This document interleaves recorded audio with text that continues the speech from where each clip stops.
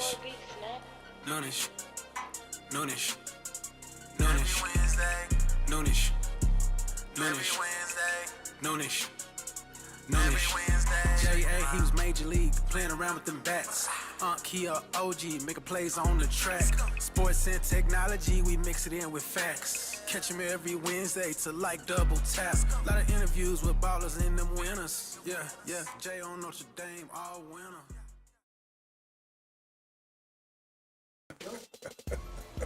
Hey. Before we get cranked off. Yeah. Sport truck. Hey. Yeah.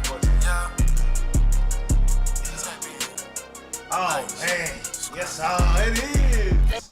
Wednesday, everybody's come to find out. Favorite day around here. Oh, my goodness. Yes, sir. We're going to have a great time, man. Great time. Can't you tell how we got it jumped off? I ain't even had a microphone in my face. And now I do. Yeah. Time to get it. Oh, and get with it.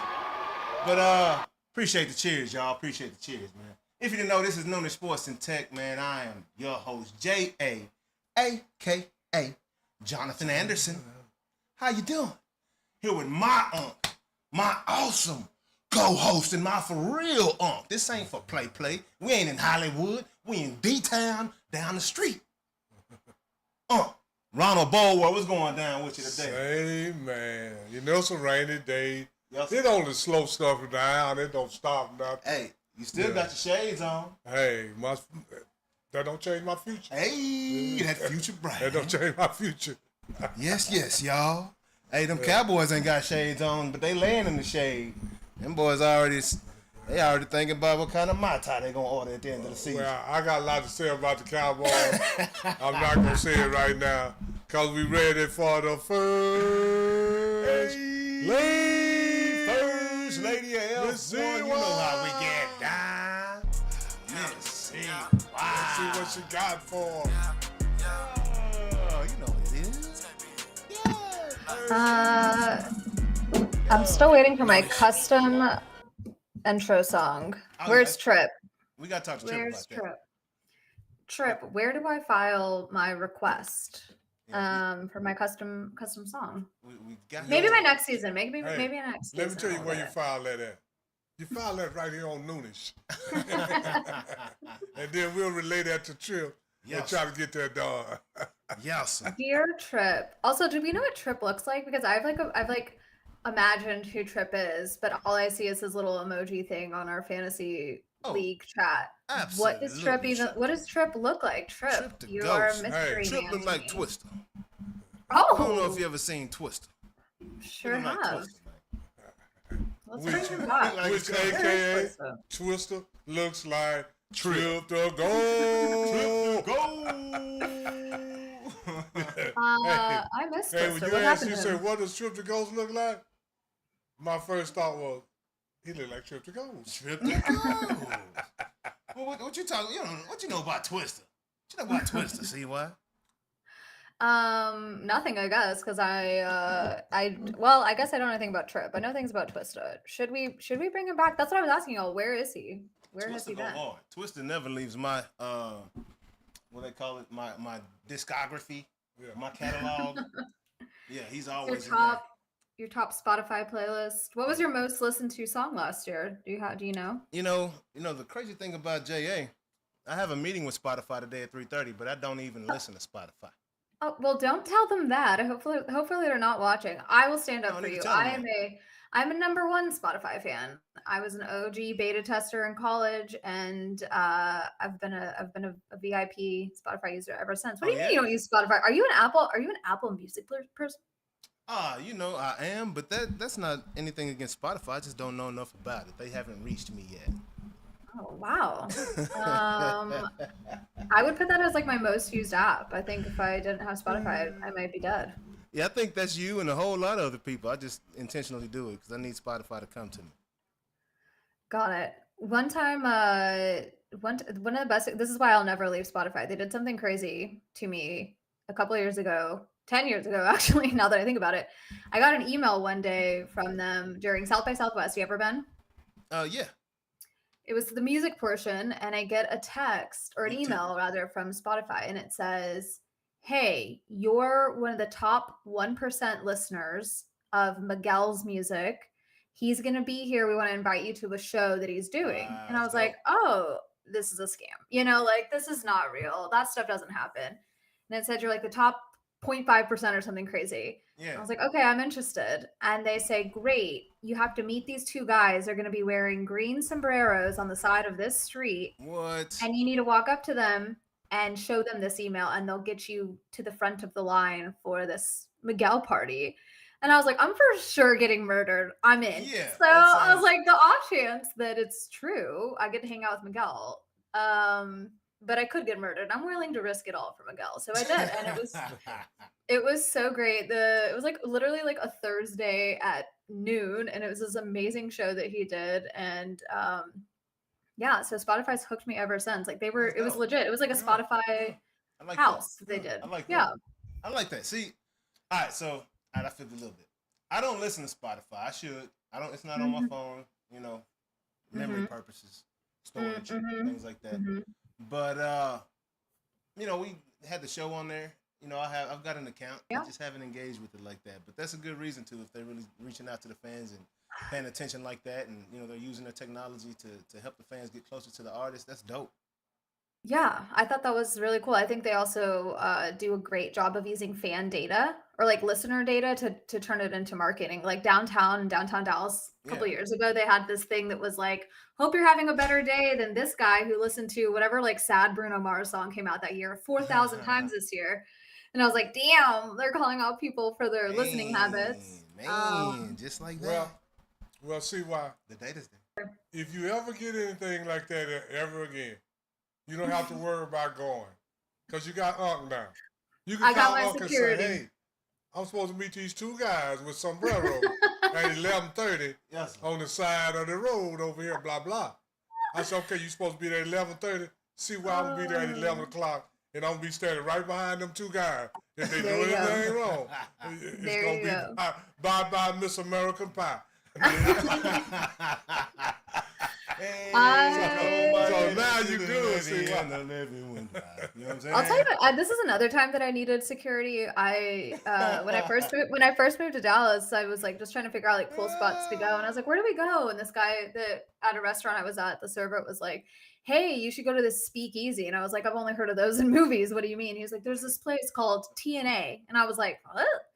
He was like, you walk up to this man, you say hot tamale, and he's going to open up the door, and it's a candy shop in Deep Ellum. And you can go in, and behind the candy store is a bar. It's like, no way. This sounds like, I was with one of my girlfriends at the time. I was like, we could easily get kidnapped. Man, let's try it out, you know? So of course we went. Hey, because I mean, I love little like exclusive like clubhouses and just little side doors and little nooks and cranny spots that's popping like underground, like nobody knows about. Like I love those kinds of spots. Yeah, I walked up to that man and said, "Hot tamale." I did the same thing in Jamaica. This guy told us, "Say, man, if me and you go behind this door right here."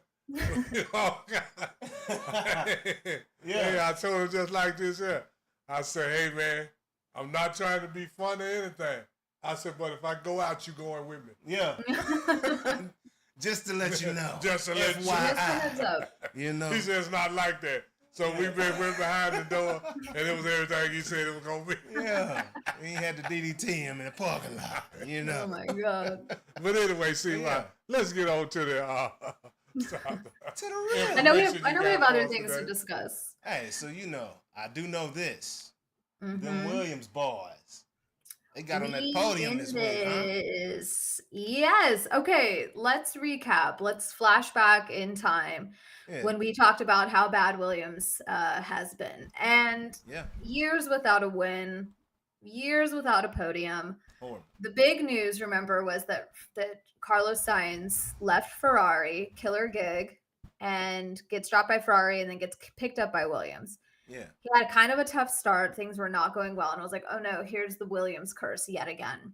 Man. And then it turns out, actually, I think that Ferrari's the cursed one because Carlos gets his first podium with Williams, which is the first. Now, this happened under a red flag, so I don't know if they count it. But 2021, George Russell was on podium with Williams, so there's one. But prior to that one, which is kind of a one-off, was 2017 with Lance Stroll. So it has been a long time. Wow.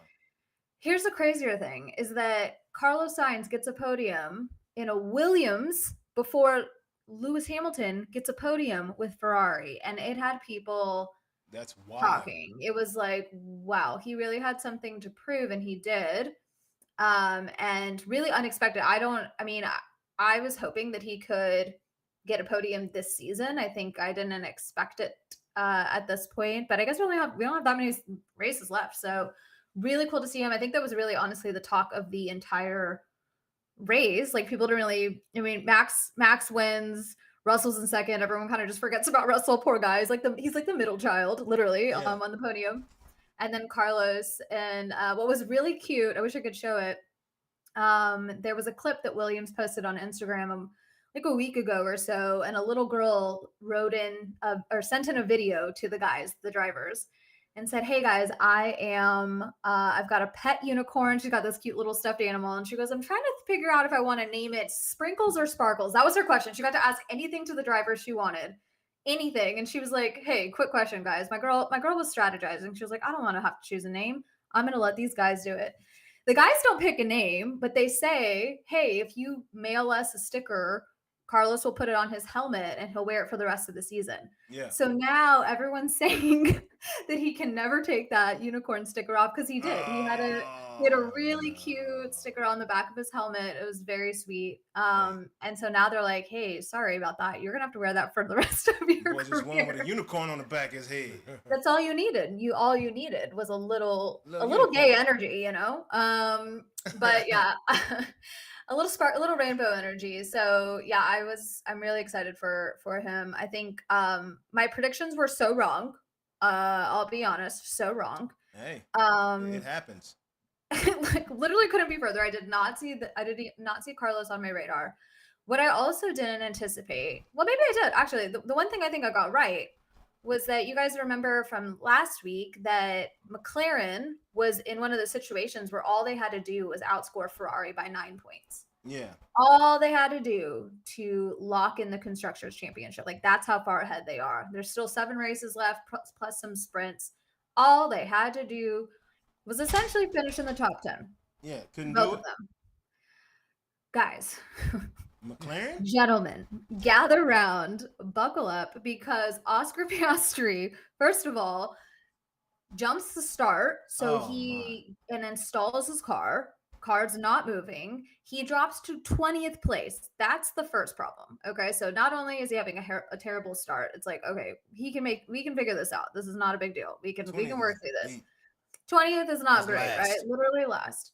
But then on top of this, guys, literally at turn 5, Oscar slams into the wall, doesn't finish the race at all. And this is not a mistake. I think I said that I would expect Lando to kind of let that pressure get to him. Yeah. I did not expect to see it from Oscar. He's so much more calm and kind of level-headed. Crashes in the first lap, doesn't finish the race at all. Lando has a bunch of issues and kind of falls apart. He has a slow pit stop, gets in his head, so he finishes like 7th or something. So you remember a few weeks ago when I was asking if Lewis did that? Mm-hmm. To take the day off? He was like, "Man, screw it." He thought this was Lando's, or Oscar was like, "Hey, you know what? I'm not into this. Let me take a break." Oscar took notes. He didn't like the way the car was running in the sprints. Did they have sprints this past weekend? No, it wasn't a sprint this weekend. It's next year. It's next year, right? There's more there's more sprints coming up. This was not a sprint race though. Okay. Well, no, I was talking about the Azerbaijan sprints. I thought you had them. I don't think I don't think they have a sprint next year. Okay. There's new ones, but there's this one. I don't think okay. I thought they were added. Yeah. My bad. No, it's okay. Well, he just didn't like the way he didn't want to race. He took the day off. So you're saying, hold on. Okay, you did bring this up, but you're saying, okay, I can understand maybe, but do you see this in other sports? Like, is this even possible in other sports? Like, you're realizing this isn't my day. Let me just call it now. So you're saying he self-sabotaged because he was like, I don't like this car anyway. It doesn't make sense. We're so far ahead, it doesn't matter. Whatever. I'm not feeling it. I don't want to affect anybody else. Let me jump the start. Okay. Let me get pushed back to 20th. I'm gonna go ahead and wreck in the first lap. Wasting no time. I need the whole day off. I mean, I don't think you're I mean, I can totally see that. I think the only thing is a crash represents a lot of money. It represents it's McLaren. You're right, but like it's so much work for the guys to have to fix up. Guys and gals have to fix up. But they're using OPP, other people's property. To pay for hey, I don't know. Maybe one day we'll get the chance to ask McLaren how they did it. I feel like you guys. How much have you had to drink? It's not even 12:15. No, just a couple sips. No, hey. Just life, man. That's the problem. See why he needs something to calm him down. He don't drink that rum. He drink to calm down. Oh my god. Well, to go to sleep. Well, maybe I should drink. I don't know. Sounds like maybe that's what I need to. But no, it was very interesting.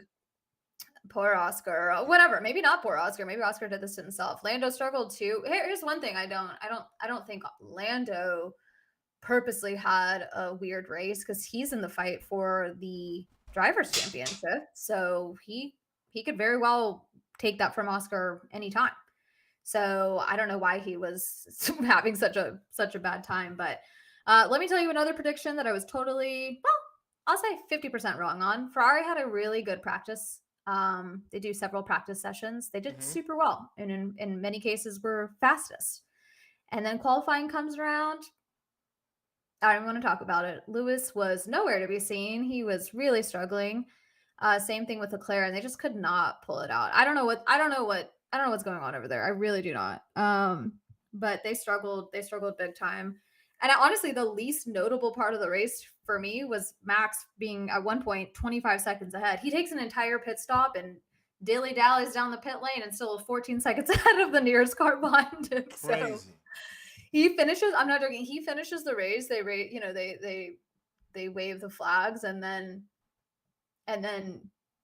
slowly, it feels like minutes later in Formula One time, then here comes Russell, and then here comes Carlos Sainz. Like it was just it was so interesting. But honestly, like I felt like people really didn't even talk about Max. I mean, he was giving us, some of the flashbacks to his dominance years ago, but yeah, he's back in it. He wants to Max to win. Is back dominating boys, like beating boys by minutes. He's in a zone. Yeah, didn't he like set a record like in the time between first and second place a couple years ago?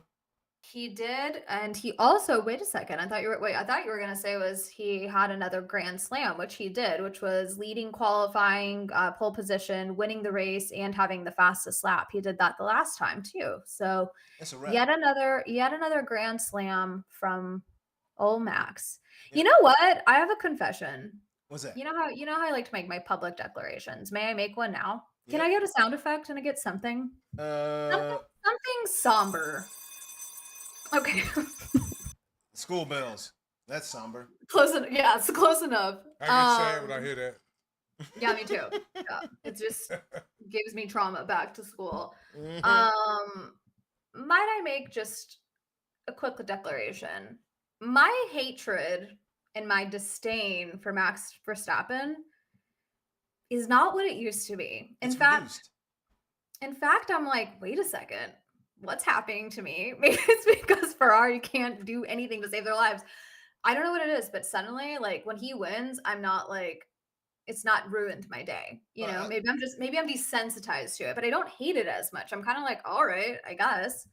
Maybe it's because I just don't like McLaren. I don't know. I don't know what it is. Is it because you were hating and he was winning? Because now that he's not winning as much, you kind of see that he's like humanized a little bit. He's not some Greek god. Yes, so now you've seen him have to like work back to figure out how to beat McLaren and go through all these situations with Red Bull and new drivers and and he's still. That's exactly right now, he looks freaking crazy. No, you're actually You should be my therapist. That's spot on. You're right. I think that is actually it. It's kind of like when like the prettiest, most popular girl at school has to get braces, and you're like, oh, she's just like us. Yeah. Yeah, that's Max. He's the hot girl at school who's super popular but has braces. So it's like, oh, that's too bad. Not that I can relate to any of those things, but yeah. So yeah, I think that's what it is. You're right. I think he's humanized for me. I think I hate him less. He had a baby, so I'm like, ugh, can't hate a new dad. See why? So sure, you can relate to those things. You had to I get cannot. braces. You had to get braces. So Yeah, what but does I that okay. mean? So what does that mean? You said the prettiest girl in school had to get braces. Did you wear braces? Yes or no? Unc, and this is not me. This is not me self-sabotaging, Unc. This is a yes or no question. I was not the pretty girl with braces. Did you wear braces or not? Unfortunately. You did? For 3 years. Okay, well, that answers my question. You Oh must have been the prettiest girl in school. I could not emphasize enough the prettiest girl got to wear braces. Oh my God. I love you more than anything on the planet. I tell you what, when Trip checks in, I'm going to ask Trip. Trip is my number one fan no matter what it is. But you know what I will come with evidence to show you guys that I was in fact, yes, I did have braces. Absolutely. Okay. But was I the prettiest or the most popular girl? No. But I did have braces. Thank you, Mom and Dad, for that. That's awesome. So thank you. That's awesome. Thank you so much. Wait, I do have a quick pivot to make. What's the pivot? The best thing that's ever happened to me, ever. Like I can think of like maybe 5 other things on the planet that have ever brought me this much joy. May I share? It is F1 related. Definitely, please. Okay. Speaking of fastest laps, okay. Last year, our good friend Daniel Ricciardo, you guys might remember him. They call him the Honey Badger. He's an Australian. He's fun. He's one of the icons. If you ever watched Drive to Survive, he was like one of the people's kind of favorite personalities in Formula One. He had a very interesting, fun career, ups and downs. He's won some races. He's had some tough years. But last year, you guys might remember that and I think I might have asked you guys, like, please give me a comparison on another sport where in the background, everyone knew it was his last race, but they didn't make a public announcement, right? Yeah. So coming up, not this week, but I think the following is they're going to head to Singapore. Singapore is one of the first night races.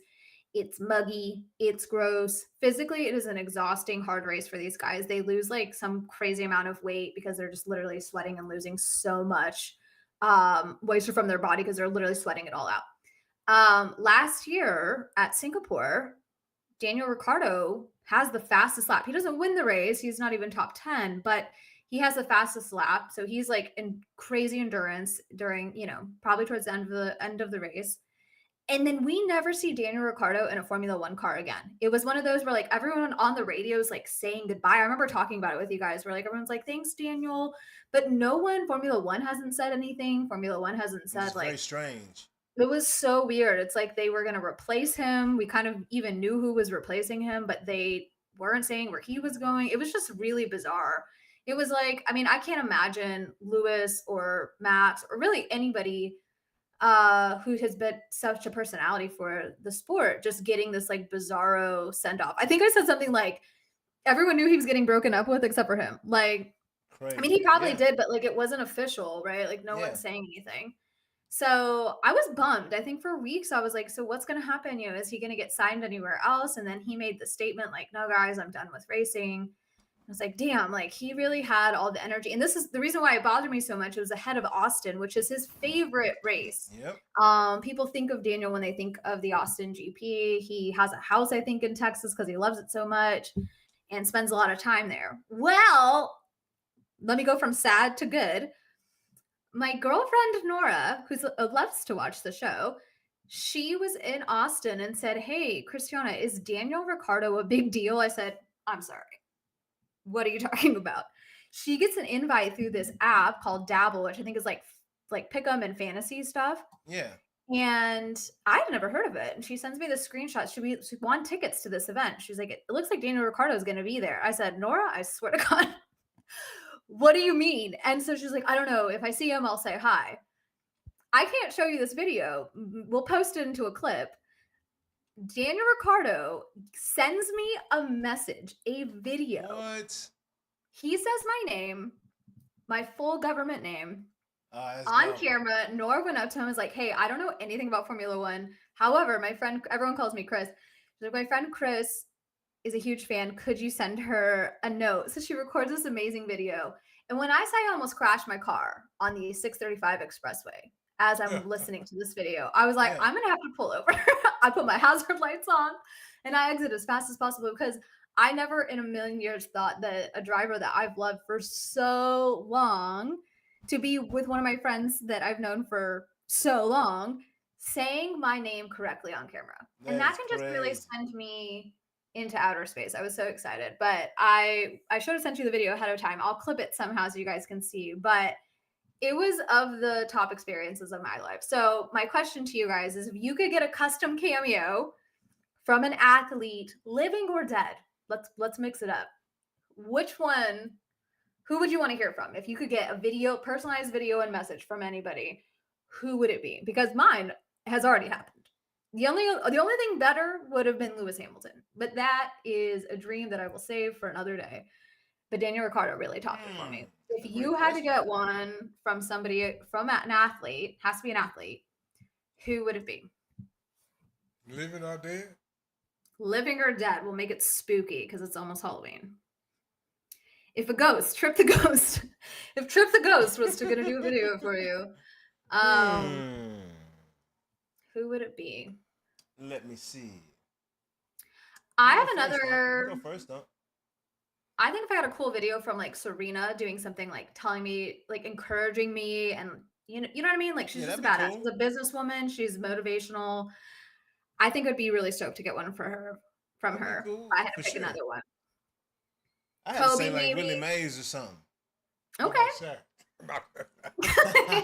I want to give a. I'm so you know what? See why? I already got a message from Sharon. You already got a message from Sharon. You're right. But seriously, see why? I'm not one of these type guys, but the athlete that I ever looked up to the most, and that's because I was very young. That's Bob Hayes. Yeah. Mm-hmm. You know, I was young. I looked up to Bob Hayes. Okay. You know, but as far as these guys now, I mean, you know, it's I mean, no, I don't know. You know, I'm a grumpy old man and I'm cynical, so you know, I don't want to hear from nobody. Yeah, Bob Hayes. Oh my God. Bob Hayes. Straight up. Yeah, Bob Hayes. Yeah, because you know, I was in 1964. I was 9 years old. Yeah, that's your guy. And I was very impressionable. You know, and I just always love people who can run fast. Yeah. Bob Hayes, and to this day, I still think Bob Hayes may be the fastest man I ever seen run. Wow, that's crazy. Yeah.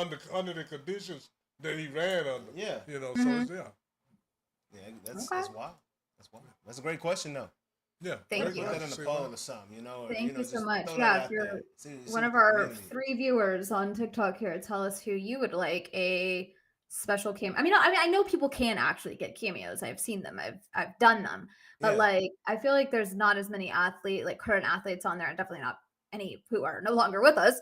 But yeah, I thought that was so cool. I'll post a clip on my Instagram so you guys can see it. But it was literally the best day of my life. And it was just one of those where it was like, damn, if I had known, I would have shown up to that event with my tiny Noonish microphone. Yeah, there's a lot of athletes I would like to hear from, but I don't know if they want to tell me what I want to know. Yeah, for sure. I want to know why Kawhi Leonard is a basketball player that never played basketball. I don't know why Ben Simmons retired. He ain't never played. He ain't had a career. What's his actual retire date? Oh my God. Yeah. Well, it's more about, for me, guys, it's more that Daniel Ricciardo knows I exist, and I'm sure he's definitely thinking about me. I'm sure he's absolutely worried about how my day is going. So Daniel, if you're watching, which I know you're very invested in, I'm doing great. Thank you so much for asking, Daniel. Excellent. Well, Miss CY, we appreciate you spending this time with us, putting us on game about the F1, what's going down. Shout out to Carlos Sainz and the Williams team. Ferrari, y'all got to do something, man. More hype, the production right now. Max Verstappen, he got that doggone get back on his mind right now, and he's doing it. Oscar had a day off. Lando did what he does. Like, man, appreciate the update, Miss CY. Thanks, guys. I will. I'll see you guys next week. And I swear to God, who am I lined up with this week? Do you know? Because I got my ass handed to me. Let me make another declaration. Hold on. Give me my bell. Give me my bell. Here we go. Bye. We call it on CY. Let me just admit that I got my ass handed to me by Jonathan Anderson this weekend. And it was so bad. And at one point I was like, oh my God, it says there's a 0% chance of me winning. I've never seen Then it went up to 1%. And then I was like, wait a second, things are changing. But something about 106 points for your defense just really sends me into a tizzy. So I don't know. I hope to God. Who am I lined up with? I don't even know. I need somebody to have. One thing you should know, CY, is defense wins championships. Shout out Nico. I cannot speak about this. I needed a break. I was like, I'm not even going to look until tomorrow. Anyway, I made an admission. You were great. I had to come back, man. That's my first time beating you. So, it feels good. No way. Yeah. Yes. No. Second time beating you. Okay, fine. That makes me feel a little bit better. Championship. I beat you one other time. But that was the first year. I didn't get you last year, but feels that good. makes me feel a little ever so slightly better. So, okay. Well, you guys have a great show. I love y'all, and I'll see you next week. Yeah, man. We'll see you next week. You have a great week. See you next week. Bye. Yay. Y'all know what it is. Yeah. J.A. Before we get to see the why go hard. Noonish. What up? Noonish. I got something I got to get Noonish. What you got to get out Noonish. Noonish. Talk about Noonish. Yeah. Noonish. Nah, that ain't on the book. This is all I want. This is all I want to. Talk your ish. I want the CEO of USA Track and Field. Yes, sir. To go stick his head in a hole and get off the title, man. Wow. You are the worst. Max Siegel is the worst head of track and field we ever had. He been the head since 2012, and track and field has been going down ever since he been in there. My boy just collected. Man, checks. we had the World Games just happened. And that Max Siegel I ain't seen the commercial. They sold the TV rights to Flow Track. It wasn't on TV, and to me, Flow Track is you got to go download it and purchase it and all that. Yeah. And I mean, nobody knows about Flow Track. Nobody knows what Flow. I mean, if it could have been Hulu, Philo, something that somebody know. Yeah. You have to be a track and field person to know Flow Track. Yeah. And I'm talking like ingrained in track. And this is the whole thing. This was one of the best. The World Championships didn't start till 1987. Yeah.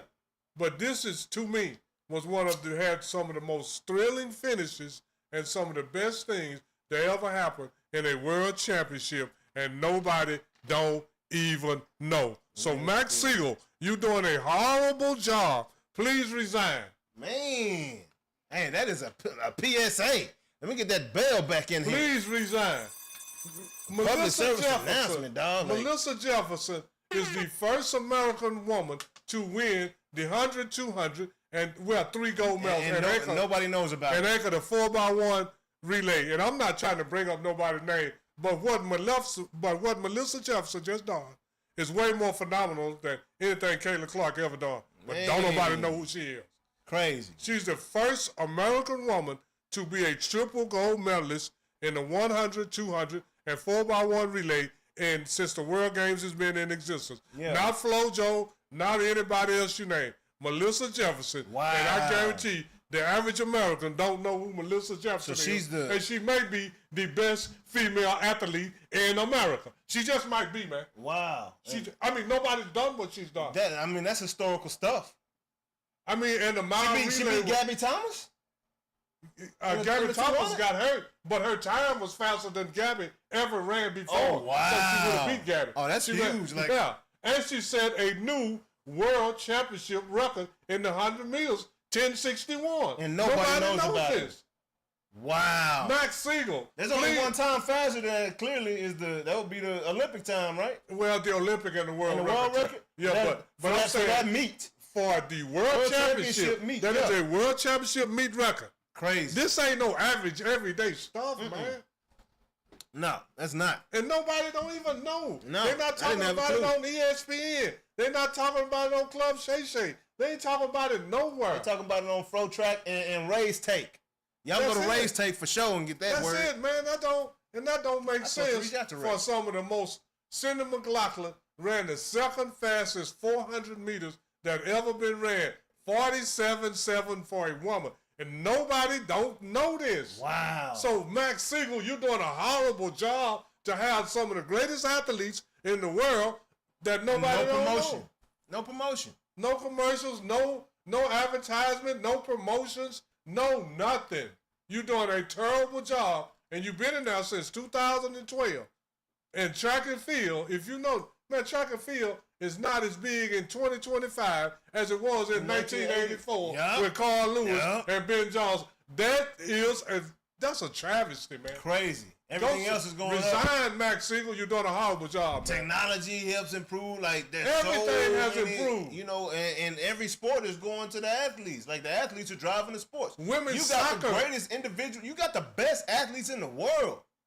Like, you know, LeBron's on the team. You know what I'm saying? Like, these other guys are on the team. We talking about individuals. We talking about people that go out here. They can beat LeBron. They can beat Anthony. They the fastest in the world. They're the best in the world. Best in the world by themselves, not our best team. Yeah. And nobody know who they are. Yeah, have no clue. That's crazy. That's ridiculous. And the head of USA Track and Field is a guy named Max Siegel. And please resign, man. Man. Please resign. They say he's a sports entertainment guy. Seems like I don't know, because sports is entertainment, and entertainment is sports, but you ain't done a good job in neither one. Man, it's crazy. And I'm through. I'm sorry, y'all, but I had to get that out of my chest. You got to get it out. I had to get that out of my chest. That's ridiculous, man. You got to get it out, you know? But, yeah, man. Track and field. Tighten up. All we got to say. We only know about you during the Olympics. And these... That ain't the only time these cats are around. Barely hear you about it. And this is a world championships, man. Yeah, that's crazy. That's crazy. This ain't like it's a high school track meet at Sprague Stadium. WNBA, I was just thinking, oddly enough, WNBA publicity's kind of falling off, which is strange. Like, I'm not hearing nearly as much, nearly as many people behind the WNBA as before. Am I tripping? No. And what do you think that's about? Well, see, it's easy to get let me say it like this. It's easy to start a fire. It's hard to keep it burning. Yeah. See, because you know you need Caitlin Clark, but you need more than Caitlin Clark. Trip the Ghost in the building. What's good? Hey, Trip. See why she's asking for her song. You know, she's like, you say, where do I apply for my own theme song? Yeah. I told you to do it right here on Noonish. With Trip the Ghost. Yeah, that boy Trip in the building. What's going down, Trip? Hey, you see how they doing us over here, man? It's all good. But we're gonna figure it out. Yeah, we're gonna keep it moving. Because and I do want to say thank you to everybody, you know, that will eventually watch this, because we're continuing to grow. Right? It's weird. Like somebody's hacked our channel or something, because our signal's not getting out. So we went from, you know, we've never seen this. This is wild. But we continue to grow. Subscribers continue to pour in. Thank y'all so much, man. We appreciate the support. Oh, yeah. That continues to motivate us and incentivize us to keep coming back, man. Because them numbers is still growing, still pushing. And we appreciate it, man. Appreciate it, for sure. But anyways, did you know the WNBA playoffs is going on, huh? No. No, I'm just being honest, man. It done fell off bad, man. How? What happened?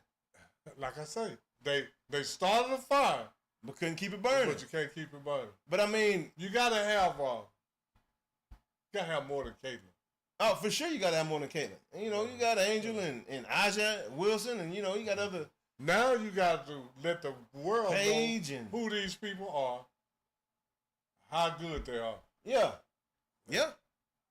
Yeah, no doubt. But I mean, Caitlin got the nice little Nike contract. She coming out with the nice little Nike Gucci looking attire for the young women, and I say that because of her logo and the prints that she's created so far that I've seen. But you know, it's kind of baffling because I'm talking about it fell off a ledge. Yeah, you got to like hard. You got to have a product on the floor. You know, it's a good enough product on the floor. I mean, it's a little out at this. I mean, these 4 teams in the playoffs right now got some good basketball. Yeah, I mean, Trip says. What Trip say? WNBA ain't better than high school basketball, so who cares? That's what I'm talking about now. You know, you gotta get a product on the floor that people want to watch, and you gotta get a selling point. It's rough, man. You know, the NBA was in the same position until, but luckily by the whatever, Magic and Larry Bird came to the NBA at the exact same time. Man, yeah. And at the time, yeah, that's what they needed. And if you got to get somebody else, you know, you got to promote this stuff too. You know, and even, I mean, you know, you got to put people on TV. Yeah. And you got to hype them up. Yeah. And you got to constantly do it. Man, this is wild, man. Yeah. It's weird because nobody knows the playoffs are going on right now. Absolutely. I don't understand that. I don't at all, man. At all, like straight up. So, you know, but they still headed in the right direction. Yeah, they're heading in the right direction, but it's just slowed down. They still got a long way to go. Yeah, but it is WNBA playoff time now. Yeah. And so hype them up. You know, Phoenix Mercury and the Minnesota Lynx right now are playing in the series. They're tied at 1-1 in that series. Last game was last night. They played Sunday and last night. Solid games, you know, good competition. Hey, I didn't watch it all. Saw the highlights, right? Same thing with Las Vegas, Indiana, and Caitlin's on the floor in the playoffs and still not really getting the eyes or the attention. Like, it's strange right now. You know, and they're tied 1-1 with Vegas, who was the previous champions from, you know, before New York started going in, right? Yeah. And New York ain't in here no more. Yeah. So the defending champs are not in the playoffs right now. Yeah, and then, you know, it's you got to have certain teams in these certain markets, too, to be in the playoffs and all that. And no matter how Caitlin good, who she play for? Indiana Fever. There you go. I don't think these numbers are right because Tripp is still commenting, but it's saying that, you know, so I don't know who's, I have no idea. Can't call it, you know, can't call it. So I'm just not going to pay attention to that. Yeah. You know what I mean? Yeah, we're just going to go on with the show. We're going to keep it rocking, baby. You just got to have a good product, and you got to try to, you got to do like the NBA did. You got to rig certain, man, the NBA was rigged for create Boston. Stories. No, it was rigged for yeah, you got to get the star players in the right markets or it's not going to work. Oh, absolutely.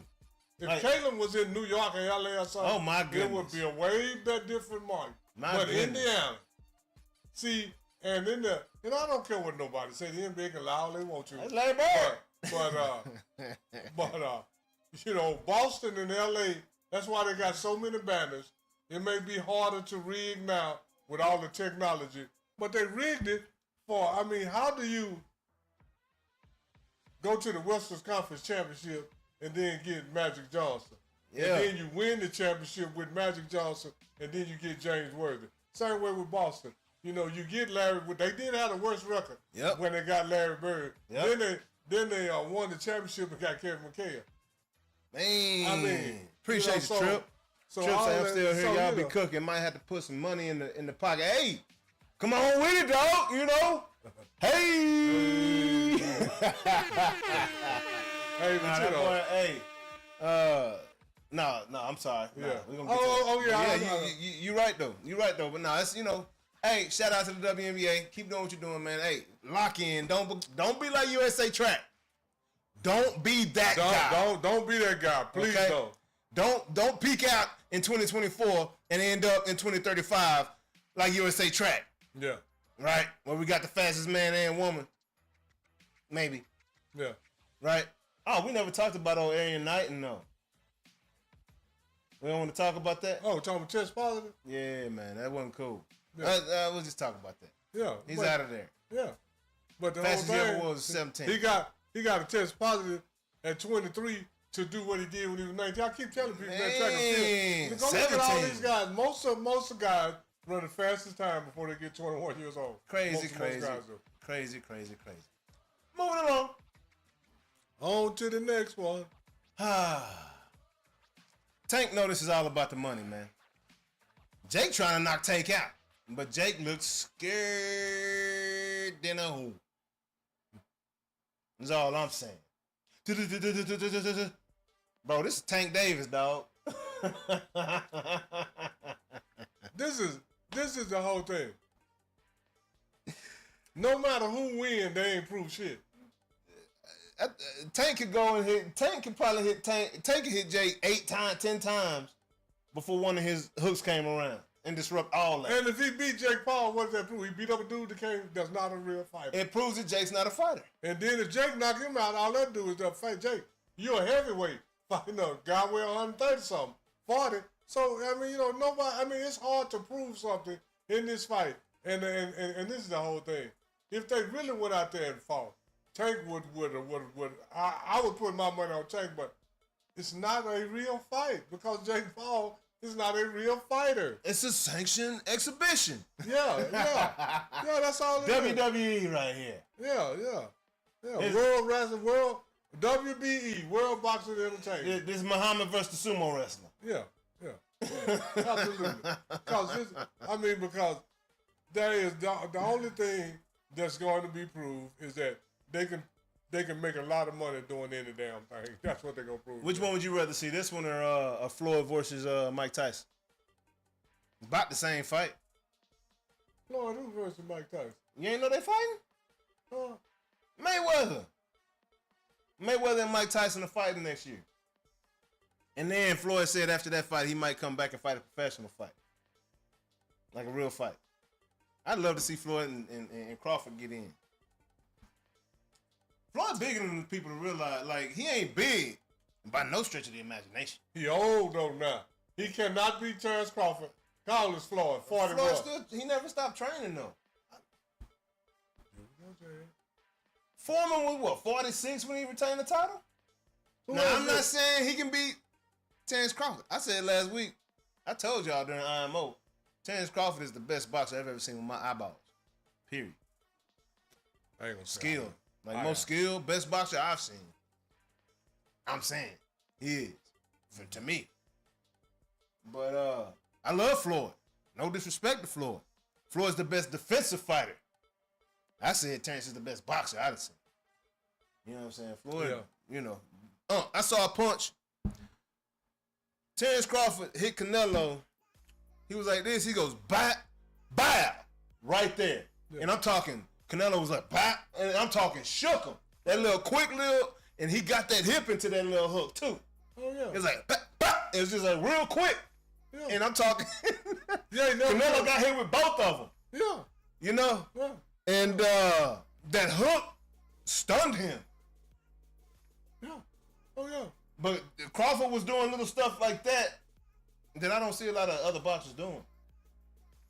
Just, most of them throw a double jab, triple jab, but not like coming around and having something on that hook. You don't see that. You don't see a lot of boxers do it, but you have seen it done before. Yeah, I'm just saying, like, you don't see. No. Like, Terrence I told you, Crawford is generational. Tricks. Crawford is this generation. Mm-hmm. Floyd Mayweather is the past generation. Yeah. And this generation will beat the past generation, and the future generation ain't got it yet. So if they fight, Terrence Crawford gonna win. That don't mean he's a better fighter than Floyd was in his generation. If they were the same age, but with the age difference, Terrence Crawford, I'll bet on Terrence Crawford every single time. Floyd, how old was he fought Canelo? Like 36, 35, 36, 37, something like that? 35 or something like that. Yeah, so Floyd about 43 now, 42. It's only a 5-year difference, huh? In what? Crawford 30-something, 38. Crawford was older than Canelo in that fight. Yeah, how old is Crawford right now? He ain't much younger than Mayweather. I don't know. Mayweather's up, what, 40 what? I don't know. I don't know. Nah, Mayweather like 46. Crawford 37.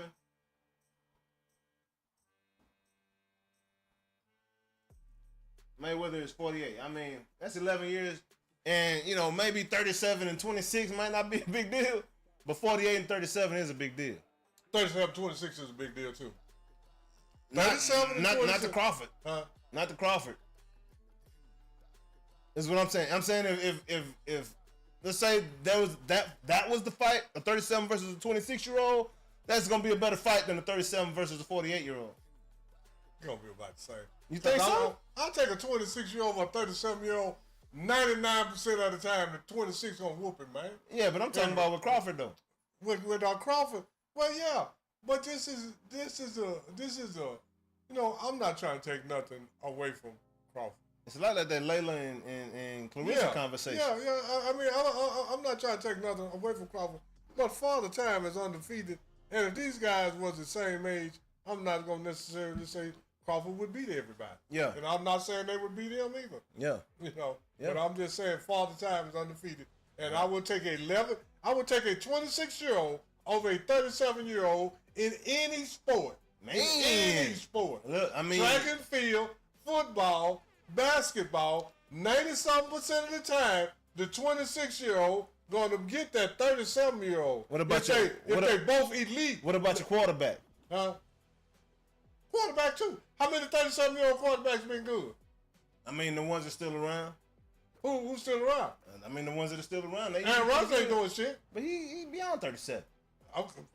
But 37 and up, that when I say 37, that counted him too. Russell Wilson? He ain't did shit in years. Aaron Rodgers ain't did shit in 4. Aaron Rodgers ain't did nothing about 4 years. Russell Wilson is way overrated anyway. Yeah. He's overrated anyway. Yeah. Because when they put the ball in his hand, Seattle lost. But they put it in Marshawn Lynch's hand. I mean, but that's another. We're going to get to it. Hey, we're going to get to it, man. Let's get through these topics, man. For 26 in any sport, I'm going, if it happened 10 times, I'm going to take the 26-year-old 10 times, and I bet you at least 7 to 10 times I'm going to win. Who you taking in this Jake and Tank fight, though? No damn body, man, because both of them full of shit. You ain't going with Tank? No, because they're going to pay Tank not to knock him out. And without a knockout, Tank ain't no hell of a boxer. He's just a knockout artist. Yeah. Because almost everybody I've seen Tank knock out was whooping his ass till he got knocked out. True. I mean, just about he got a 93% knockout rating. Yeah. So I'm not sure what this is going to be. This is just going to be another show, some more boxing, another black eye for real boxing. Yeah. It's okay for entertainment boxing. Yeah, like you say, but anytime Jake Paul is involved, it's not a real fight. Yeah. Because Jake Paul ain't a real fighter. Man, that's crazy. That's just my opinion. You know, that's what I believe. Well, moving along to that NCAA, and boy. Hey, it's all bad, Dabo. Clemson got, last week was an upset, Georgia Tech, but was it really? Man, it's Clemson on that Florida State 24 path right now. Yeah. You know, they can't buy a win right now. Yeah. No. Them boys got beat by Georgia Tech and then came and got stomped out by Clemson this past weekend. Man, college football has changed with the NIL. Man, hey. You ain't finna build no team that gonna win 7, 8, 9 years in a row. You're not gonna do it. Crazy. Because a guy might quarterback you to a national championship and got another transfer and go somewhere else and beat you or whatever. You know, Georgia to Miami and cross him back. Yeah, you know, Dylan Gabriel. Because this is the whole thing. If Dylan Gabriel was that good, he wouldn't have played for pro colleges. He would have went to the NFL. I mean, telling people that, but that's a whole nother story. But anyway, yeah, but he's solid though. He was solid for them schools, but he was getting them millions though. But this is the thing. That boy got that ticket. He gonna be up out of Clemson pretty soon because they ain't gonna. Man, I don't care who you is, they ain't finna sit up there and keep on losing. It ain't Dabo fault. You know what I'm saying? But he recruiting them boys. Cannot win with him. Cannot win with him. That's the X. Cannot coach with him. He got the same X's and O's. He just got different Billies and Jones. That boy there, he got the same X's and O's. He can win a game. When he had another game. Playoffs. He's just trying to win a game right now. You know what I'm saying? He's want to win a game, dog. Boy can't beat nobody. Boy lost to Syracuse. Goodness. Anyways, moving along. Hey, we're gonna review the games from last week, man. Yeah, we talked about them. You know, the picks, we try to put a little bread in y'all pocket every week, man, when we can, you know, because we're pretty solid on the calls on these college games for show and NFL for the most part. But, you know, Notre Dame went out, handled their business, had a 2-hour rain delay, you know, and then the running backs got off. Rain, thank you. We can hand that thing off. Jeremiah Love, Jadavian Price, they went crazy in that game. Notre Dame went up 56. They won 56-30 over Purdue last week. Man, we did tell y'all to go with SMU, man. Thought Kevin Jennings. No, I said TCU. I said SMU. And TCU came out with that dub. TCU looking real strong right now. There's a couple strong teams in that Big 12. You know, Texas Tech, another one that look real strong right now, too. Oh, yeah. Well, you know, SMU McGuire, City Hill, Texas, shout out to them home, baby. They didn't look quite right them other 2 weeks that I saw them. So Texas Tech? No, SMU. Oh, SMU didn't? Yeah. Some ain't cracking off right. Yeah. Some ain't cracking off right, but they're getting players back healthy. Yeah. But that's their second loss of the season, so it's gonna be tough for them moving forward. Oh yeah. Florida State, of course, you know, over Kent State, 66-10. What Trip said? Trip said something. Trip to go. Let me see what Trip talking about. I just seen it kind of flash across there. Last week on the picks, man. Hey, man, you know, we did pretty good on the picks, man. We just had a little bit of, you know, you know, the SMU game got me. But everything else, we were solid, bro. Yeah. You know, Oklahoma over Auburn, called that. Oklahoma won 24-17. Them boys are real strong right now. So we try to pick 4 games that y'all can go and hit a parlay on or something, you know what I mean? Quick little win real quick. Scan that QR code, BetUS. Yeah, and then we always go back and tell you how those games went. We got, you know, tripped up a little bit with that SMU TCU. I did anyway. If you went with Ump, you got that parlay. You hit, baby. You hit, baby. You hit, baby. That's why they call off the guru. If you don't straight cash, homie. These guys. That's what we talking about. But this week's games of the week, man. We got, you know, 4 new ones coming at you, man. You can go ahead and hit that QR code later during the NFL picks. Hit that QR code, go on and bet with your boys. You know what I'm talking about. But the NCAA Week 5 games of the week starting out, we got Notre Dame at Arkansas. Man. Notre Dame going down playing against that SEC opponent. I got Notre Dame. I got Notre Dame too, man. I got Notre Dame too. Arkansas is right now, they're at the bottom part of the SEC. Yeah. They ain't at the top part. Yeah. And they've been. But they still. Ever since they went to the SEC, they haven't seemed to adjust to the SEC well. No, because what's in Arkansas, man? You ain't got championships. I mean, what are we doing here? You ain't got the Ozarks. You got a hell of a Netflix show. But you know, you got some old championships back in the 60s. Are the Ozarks? Is that even Arkansas? Is that Missouri? Ozarks part of Arkansas. A piece of both of them. Yeah. Okay. Yeah, Trip. Trip say the Red Raiders gonna win the Big 12. Hey, I believe it, bro. They look really good right now. Texas Tech looks really good right now. And like I said, Trip, we do realize you're in love with Texas also. Hey, man, that's you know. Texas Tech do look good. Yeah, they do. They went out to Utah and handled them boys real easily up there, man. Yeah. And Joey McGuire, like I said, that's that Cedar Hill boy. And what I tell you about that guy. Joey McGuire, Texas Tech? Absolutely, that's the head coach. Oh, I forgot. Yeah, he's been up there for the past few years. About 3 years, 4 years. He left Cedar Hill, then came back, then left again. He left Cedar Hill, went to Baylor. Yeah. And then under the little tutelage up there, and then went to Texas Tech from Baylor. Oh, okay. Yeah. Okay. Yeah, man, Joey McGuire, man, that's real deal Holyfield right now. I tell you this right now, his players love him. That's a coach that will get the players to buy in. The players know that he's gonna do the best by them. You know what I'm saying? He's gonna, teach them, good moral, raise good men out there. Help, develop good men out there. Not raise, but help develop good men out there on that college campus at Texas Tech. And that's what you're saying, man. You're seeing the result of a holistic program, that's been in place for a few years. And Joey McGuire gonna get the most out of them cats, man. And he's gonna be able to recruit his ass off around this Texas area, period. So Texas Tech gonna be a factor for a minute. Yeah. Hey, A&M looking solid right now. UT, we know what that's about. That Manning program up there. Texas got some squads. TCU 4-0. Texas, we looking good right now as a state, in college football, man, along the landscape, man. Yeah. And that brings us along to our next game, which is Florida State versus Virginia.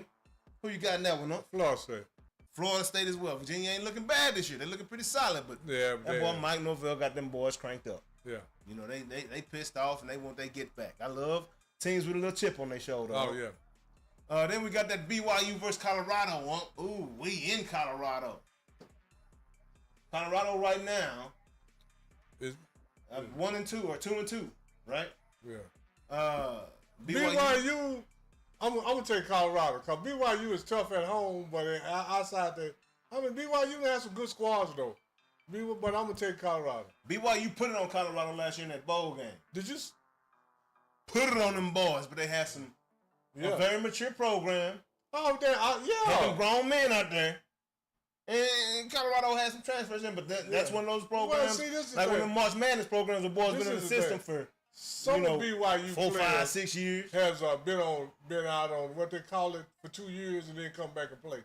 Some of BYU players are 22, 23, 24 years old. Yeah. And it's not one or two of them. Grown men, absolutely. Yeah. Absolutely, man. So I ain't, BYU has some good programs and man, but while we on Colorado, did you see Dion on with Michael Strahan and them Good Morning America? No, what happened? What did he say? Oh man, that bladder cancer did him bad, man. What happened? You know he had bladder cancer. Yeah, I did, but he said something about it. I saw man. He said he go through two or three depends every night. Now or then? Now. What? Yeah, he's struggling. He's going through. But he said, then Michael Strahan, he said, man, I always been honest. I always tell the truth. I ain't gonna stop my job. Dion been going through. And then they said, well, Dion, did this make you softer or harder as a coach? He said it made me harder.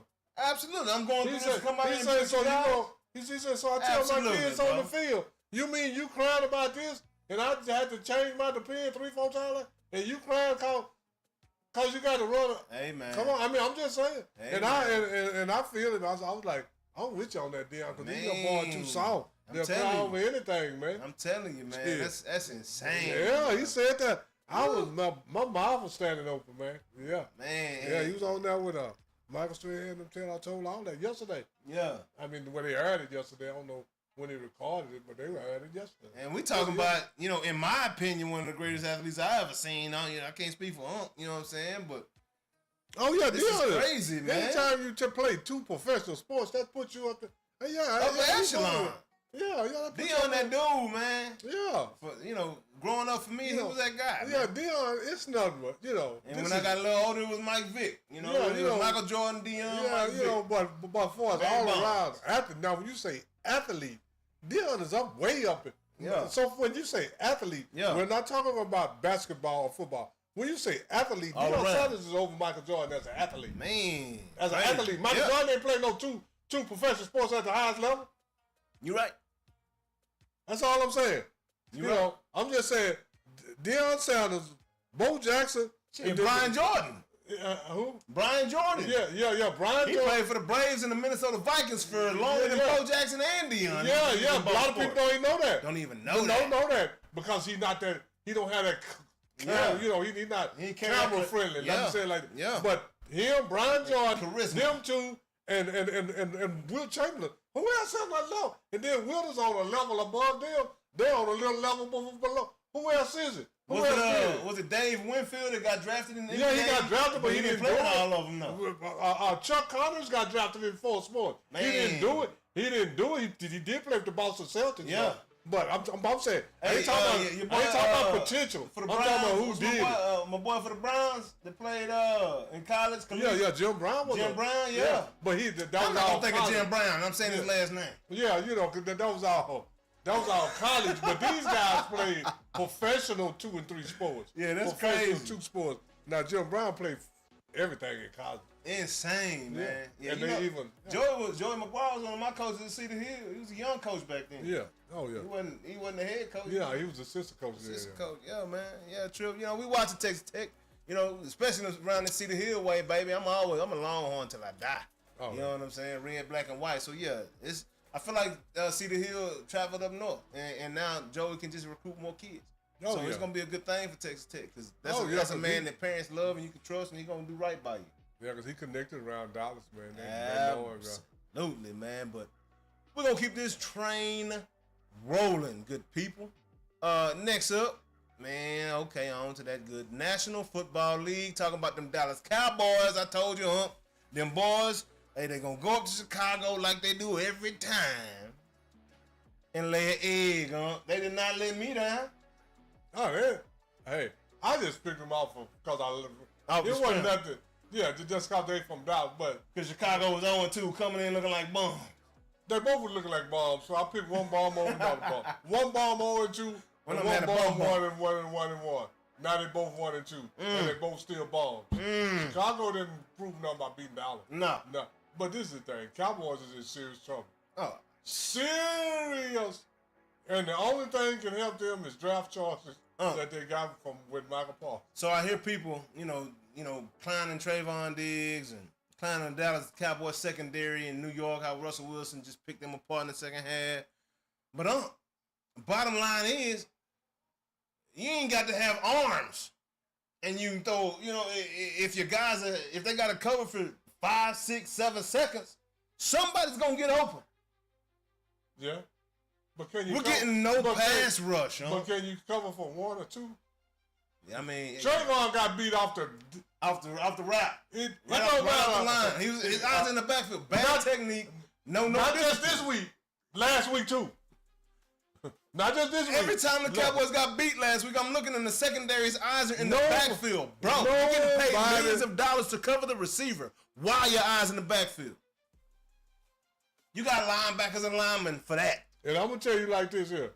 I don't understand. It don't make sense to me. It's simple. No, it's simple. And this the whole thing.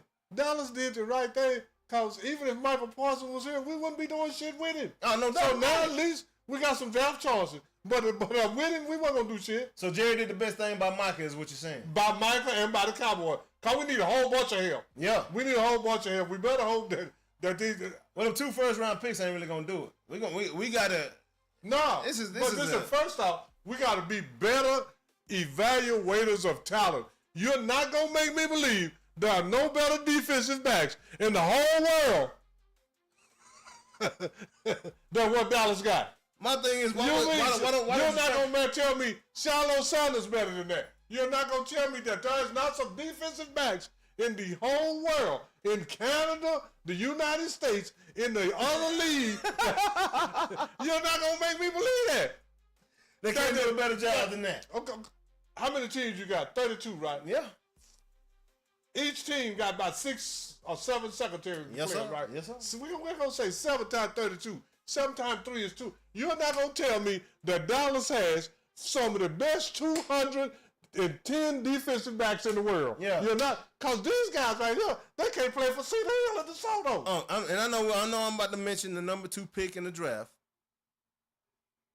But to watch him play cornerback this weekend against the Houston receivers, talking about Travis Hunter, watching him play cornerback and the effort that he gave and the Sean Paul like glue ability he had to cover these receivers, it wasn't nothing going on Travis Hunter when he on defense. Have you watched this guy in the NFL? Double moves, it don't matter. He's on you like glue, and when the ball coming, his head's turned around, trying to make a play. The Dallas Cowboys need to go and take Travis Hunter film and sit Trayvon Diggs down for a whole week and everybody else in that secondary and say, look, this is what your position is supposed to look like. Why are your eyes in the backfield, dog? They ain't got good now. Now, that's some people playing defense back better than Travis Hunter. They had plenty. Not this past weekend, it wasn't. He didn't look that good now. He looked all right. No, he looked amazing. You got to go back and look. I watched the C.J. Stroud, the Houston Texans. How many? Here we go again. Regardless, who were the Cowboys playing against? Nobody. Thank you. So you need to be able to cover nobody. So Travis Hunter did his job. Yeah, he did the job. That's all I'm saying. But don't talk to me like Travis Hunter did the best job of any quarterback last week. That's the best I've seen. Cornerback in man coverage. Go. You gotta look. You gotta watch the tape. Man, you gotta watch the tape. I know what I saw, and I ain't no. Hey, I'm not easy to please. But when I see the kids, who was the receivers that T.J. Stroud got? Houston ain't slacking on receivers. Who are they? Name them. You know Travis Hunter name? I can't name nobody because it's Travis Hunter. I can't name nobody. I can't That's name exactly too what I'm many talking receivers in the league right now for nobody. I know it's a lot of them I like. Number 2 for Tampa Bay. I don't know his name, but the boy Cole. He in a good division, Will. That's all I'm saying. It's that it's a lot of film. Dallas can go get Cedar Hill. They need to teach them guys how to play. Is what I'm saying. It ain't got nothing to do with. I mean, leave Travis Hunter out of it. I'm gonna say that's a good. All you got to do, man. They taught me that in the 7th grade about double moves, man.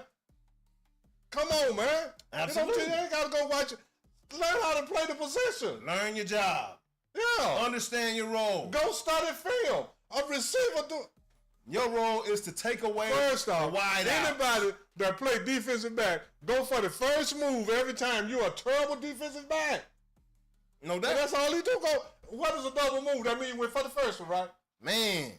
And I'm talking. What about guys that got? I'm talking. It wasn't even no double move. He just got beat off the line. My boy just ran a straight 8 route or 9 route, a go route. Last week. This Sunday. Ran a go route. No, the same. They did the same thing last week. They was in. And Trayvon in the backfield. They was in 3D coverage. Each body got a third. The guy went straight between. I don't even want to know these guys' names. Number 28. Hooker. I don't want to even know his damn name. He can't cover. He went straight between. He got a new contract though. He didn't fake left. He didn't fake right. He went straight between them and went straight. And Russell Wilson threw it straight. Oh, Russell dropped it in a bucket. No, the hell he didn't. That's what Russell do though. Come on, man. Russell do drop it in a bucket though. But I mean, the DBs was beat. Trayvon this week. It's easy to drop. This week my boy fall down on the. He slipped. It's like, bro, that's because you ain't. It's one thing after another. And I'm gonna tell you, you're not taking your craft seriously. No, do you know when the Cowboys lost the game? When number 33, I don't want to know. Yeah, tell them, Trip, the Texans got wide receivers, bro. They got wide receivers. Yeah, they have. But this you gotta go back and watch. There is footage of Travis Hunter covering these receivers. And when I say like glue, I mean okay, the best I've seen. The best you've seen since when? Last week. Oh, I'm talking about every move they tried to put on this young man. I'm right there with you, step for step. Go route, short. You want to do a double move? I'm with you. I'm not talking about the film. I'm not talking about a back pedal watching. I'm talking about last week. I'm moving with you, dog. That was last week. Go look at him the week before. He didn't play that much the week before. It don't matter. But the plays he was in there, he didn't do that. He got some passes caught on it. That's all I'm saying. That's one game. Let's not try to act like Travis Hunter. No best DP you done seen. I'm talking about you ain't seen many DPs. What have you done for me lately? So I'm talking about this past week's performance. That's all I can when I'm talking about this past week, that's all I can talk on. Okay. I ain't talking about a lifetime. But that's it right now. Because these guys have one good game, and then we start like T.J. Stroud and what's the other? Jordan Love. These dudes have one good year.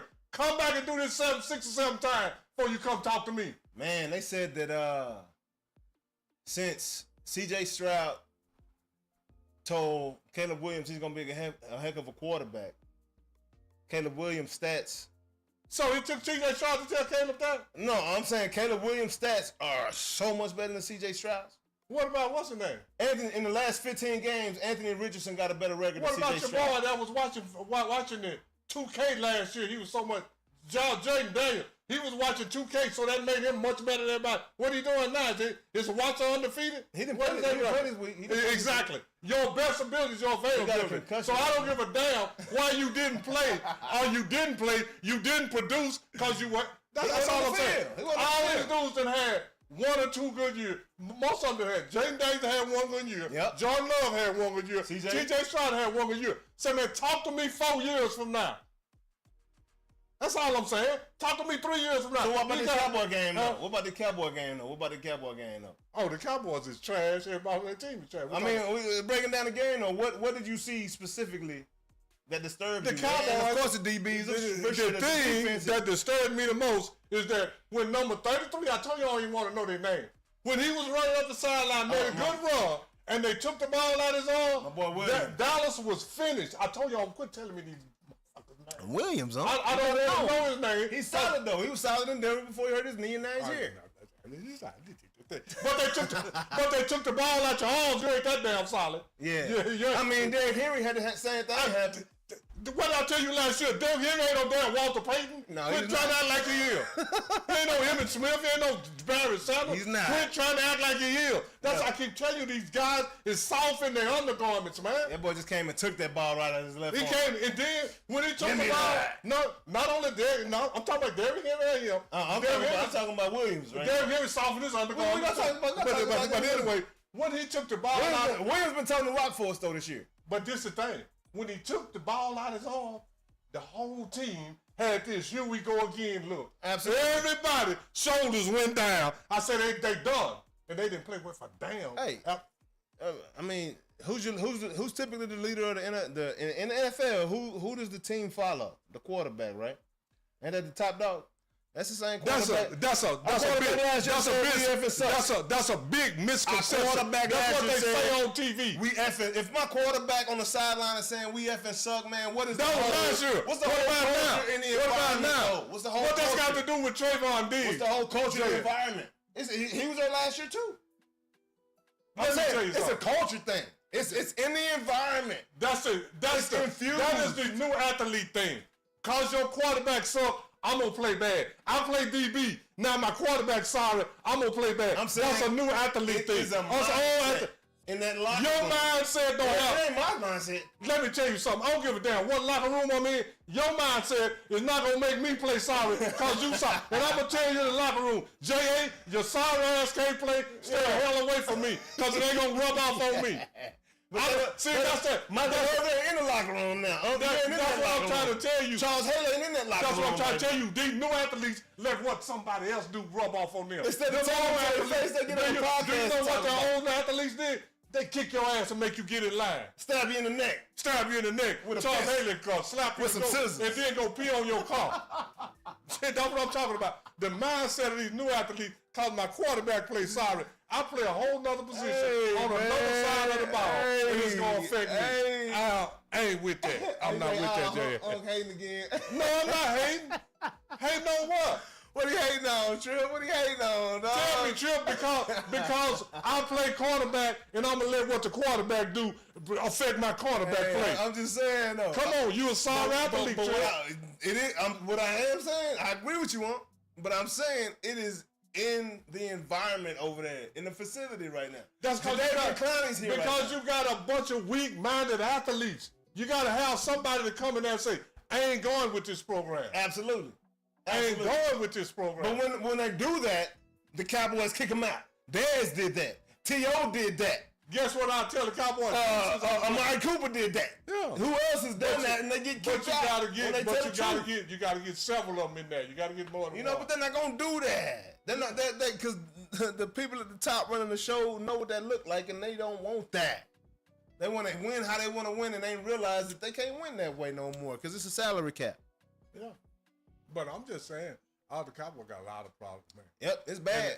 And what I said a while ago, when that dude took the ball from me, the whole team said, it's bad. So this is what I'm. Yeah, I mean that's the mentality of them boys though. And I'm talking about them. The same Cowboys that did that on the field at that time. They went in the locker room and looked at the schedule this week and did the same thing. What they do want? Got Green Bay. Head, shoulders got round, roll forward. Green Bay. It don't matter if it's Aaron Rodgers. Don't matter if it's Brett Favre. No, it don't matter if it's... No, take Brett Favre out. Okay, not Brett Favre. It don't matter. Yeah, because I was doing that. We beat them 7 times in a row. You don't have a Magic Man. Yeah. Dan Mikowski. It don't matter if it was him.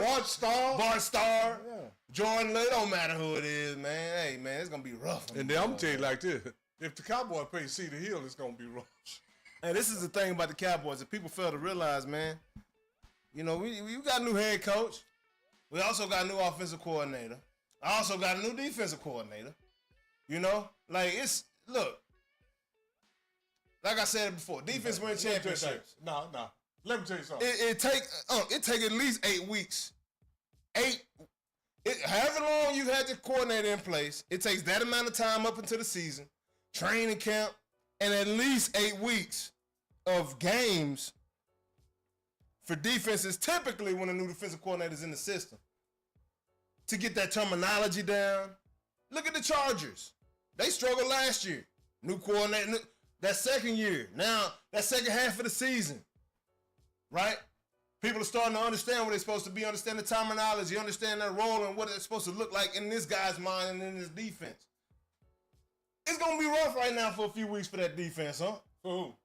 For them boys. It's going to be rough till they get some more players. Yeah, no doubt. But I think we got talent. We got talent. I think we got talent. We don't. Who? They don't know what they're doing. We need more neck up guys. Yeah, who? I mean, it don't matter if you talented neck up or neck down, but who the hell we got that you hang your hat on? Our D tackles are solid. All right, the guy we traded for. Clark. And then my African Obi. Obi Jr. I can't think of his name. Him. Obi. Okay. Obi Trice. Okay. And then we solid. The run stop. We got no edges right now. And I say that. Clowney's here. He's going to help the other edge. And Clowney, hey, he did well in Baltimore. He's still a freak. And the guy can play the run and he can play the... He good at D-Laws. Anybody that good. Yeah. He good at D-Laws. We got Clowney, so he's going to help. He going to be solid, maybe better than the one we got. We should be getting Bland back. So we know we got one DB that can really play, not just got a name and the shine I'm just on saying him. we ain't got enough. We got about 2-3 players, man. The rest of them can go fly a kite. Trayvon Diggs like Travis Kelce. I mean like Jason Kelce. He the brother of the superstar brother. No. Jason Kelce can damn play. Trayvon cannot play, man. I ain't even man. Trayvon Diggs cannot play cornerback. No credit. They better switch him to receiver because he can't play cornerback. Hey, that boy, he cannot. hey, You've been playing corner for what? He played his senior year at that. He played 2 years at Overshown coming back. I'm looking forward to 13. Zero. Looking forward to Zero coming back on that field this year. Revel, I don't know too much about Revel. See, I'm telling you about. I do like Marxist. I do like that's how I do like Overshown, but he gonna get hurt again. He was hurt at Texas his whole career. He been doing it. He got hurt 1 year at Texas. Got hurt twice at Texas. Did he? Yeah, Overshown got hurt twice at Texas in 4 years. You've been here 2 years. You've been hurt twice. So I don't think he's gonna finish the year. I love Overshown. I love him too. Overshown is a guy that can change the mindset. He's one of them type of he is one of those guys. Yeah. But you can't change the mindset. I like Marxist, 35. You can't change the mindset when you're on Palomalu. I like Palomalu for us. 35. I don't like that. I like that guy for us. I like Bland. Yeah, I like Bland. And I like Overshown.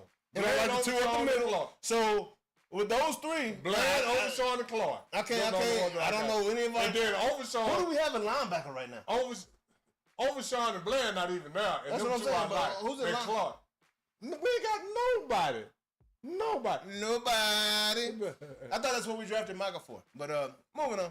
I'm just saying. Yeah, we got Green Bay this week. Michael will be back in the building, man, on Sunday Night Football. God almighty dog. It's gonna be bad, man. That's all I'm saying. Michael gonna be streaking up and down the field. You know Is he gonna be on the field? Jerry said he ain't giving him no ceremony or nothing, and he shouldn't. Yeah, what? For what? Ceremony for what? What have he done? Hey, Michael. What have he done? Michael might get booed around this hoe. Yeah, what have he done? Not a TT Tata, 12 sacks, 36 sacks. But 4-time Pro Bowler, Rookie of the Year.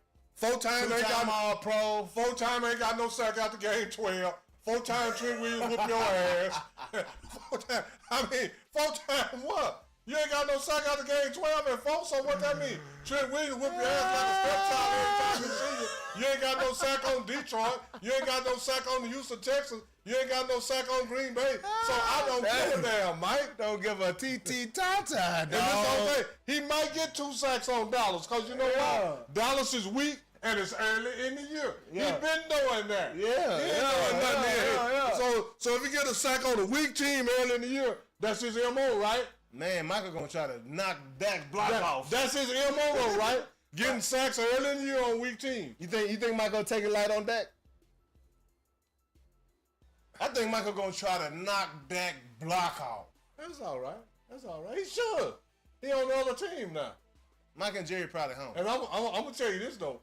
But what I do like about Dallas, even though they can't block, Dallas offensive lineman is nasty. Yeah.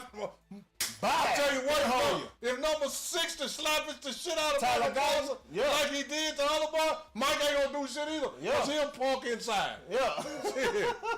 And I live in DeSoto, Texas, Mike. Shit. Oh, speaking of that, living in DeSoto, Texas, did you see, Let me switch this camera. Don't get me started on you. Did you see, on you soft in the undergarment? Oh, a few weeks back. A few weeks back we talked about Shiloh and the security guard. Yeah. Did you see, What? What I see what? The security guard has left a comment on the video. And what? Where you at? Now living in the Dominican Republic, he say he still got a house in DeSoto, said he want to come on the show. Come on the show! And talk his ish. Come on, send him the link. And I'll tell you to your face, you let a 16-year-old boy whoop your ass and break your rib. You ain't, man, go so. You know why you in the Dominican Republic? He left such a long message. Tell him to come, send it to him, J.A., and I'll tell him to his face. If I'm 70 years old this year, and it's not no 16-year-old boy, man, when Shiloh was 16, he weighed about 160. He broke your ribs. And you're secure. Go. First off, you had the wrong jaw. He said he hit him with a roundhouse or something. Who is that? Shiloh hit him with a roundhouse? It was I forget. You gotta go read the comment. God. Come on the show, Jerry. Send him the link. He explained himself. No, you can't explain nothing to me. I'll read that, but Trip told me to read it. That you're a security guard. You let a 16, man, Shiloh, when he was 16, I'm telling you, Trip, he was going to Trinity. That's around the corner. That's in DeSoto, Texas, where we at right now. Hey, he must not have known this was Noonish, dog. Shiloh did weigh about 160, 65. He broke the security guard ribs and did some other, and separated his shoulder and all that. Trip, I'm 70 years old right now. Just on experience, a 16-year-old boy that don't know nothing about that, he better know how to fight. Because Unc is old, but he still know how to fight. See, that's what I tell people. Something you ain't never done before, you can't do. Unc growed up throwing hands in these dollars. Throwing hands. I growed up. And every day, we used to call it this, it wasn't the stock exchange. It was the hand exchange. Somebody, boom, time to change hands. Man. All the time. I mean, so all that, man, come on, man. All right, I found it. What did he say? Send him, get him on the show. Read it, Jay. 2 days ago. And my boy, how he got more subscribers than us? It's crazy. YouTube, that's the kind of stuff y'all push. Yeah, they shoot. Anyway, read it, J.A. This is a long monologue right here, y'all. I mean, just highlight it or something. I have a house in DeSoto. I remember you from Legends in the comedy show. The DJ introduced you to me a long time ago, and you just probably don't remember me. I don't want to fight nobody. I don't either. I'm from Baton Rouge. But I took a very hard roundhouse elbow to the neck from Shiloh. So he damaged my one-level fusion when I played with the New York Yankees. I was rushed to the... Wait, what? When you play for the New York Yankees? I'm confused. Okay. I was rushed to the emergency room. They had to remove my one-level neck fusion. Shiloh turned my one level into a 6 level. He fractured my neck from the roundhouse elbow. If I would have hit Shiloh back after he hit me 3 times, I would have went to jail. Go to jail, still get ass whooping. I just restrained him and took him to the ground. He was out of control. He was crying, saying, I want to live with my mama. I'm not repeating all that. If you ever want to interview me, I'll tell you the facts on your channel. All the best. I live in the Dominican Republic now. All the best. Send it to him. The fact is, a 16-year-old boy whoop your ass. Hey, and I'm going to tell you like this. If a 16-year-old boy trying to whoop my ass, I'm going to beat the shit out of him. I can go anywhere they take me, but I'm whooping his ass. Trip the ghost. Trust and believe. I decline the offer, dog. Like, I don't want him on the show. Yeah, I don't want you on there. I can't have that energy over here, First dog. off, you're too soft. That's why you're in the Dominican Republic. You're soft. Okay, can't do it, dog. Don't get us started on you, man. Hey, where the button at, dog? Can't win with him, dog. Won't win with him. Cannot coach with what him. I'm trying to tell you, dog. Like, it's not going down. Can't do it, dog. Just won't do it. Can't do it. Hold on. Let me go back to the other screen. I forgot why I went to this. Trip to go. Let me tell you something about Unc. Unc ain't taking no ass whooping for nobody. You can take me to jail. You can take me to hell, but I ain't taking no ass. You might give me one, but I'm not going to accept it. Like, he gave me a ride, and if I beat him up, I'm going to jail. Nah, guess what? I'm going to jail because guess what? Deion Sanders, I'm going to tell you like they used to say in the old school, Deion Sanders finna take his hat to the hospital. Man. You see this hat on Uncle Head? Yeah. If you whoop my ass bad enough, guess what? And I'm gone, they say, hey, man, take your hat to the hospital. Man, I'm telling you. I don't care how old he is, Chip. I'm just telling you what God loves. Yeah. Ain't nobody gonna whoop Uncle ass. No, I don't care if you. I told this lady, she said you telling him what God loves? Hey, one time this That's little all we talking about over here. One time this little old girl raised up her hand. She was 6 years old. I was trying to pull her hand. She was finna get it caught in a door. And I said, baby, your hand finna get caught. And she raised her hand like this. I said, put your hand down, baby. Yeah. I said, cause if you hit me, I'm gonna fight your daddy and your mama. Put your hand down. Please. Down. Cause I'll fight a child or own one. If you hit me, you raise your hand up, you better be ready to exchange shit. You raise your hand up if you ain't ready for the 1, 2, 3. If you ain't ready for a 2-piece of pepper, keep your hands to yourself. Hey, that's my hood, dog. Hey, them apples don't fall too far from the trees they come from, dog. That's what I'm trying to tell you, dog. And I'm going to tell you this, Trip. He can tell you want to come on the show. You got your ass whooped, homeboy, by a 16-year-old. Simple as that. Dog, and no matter where you would have went, you a security guard, you try to secure something, he acting a fool, how you going to go to jail? We ain't talking about Kamara Moten. You know what I'm saying?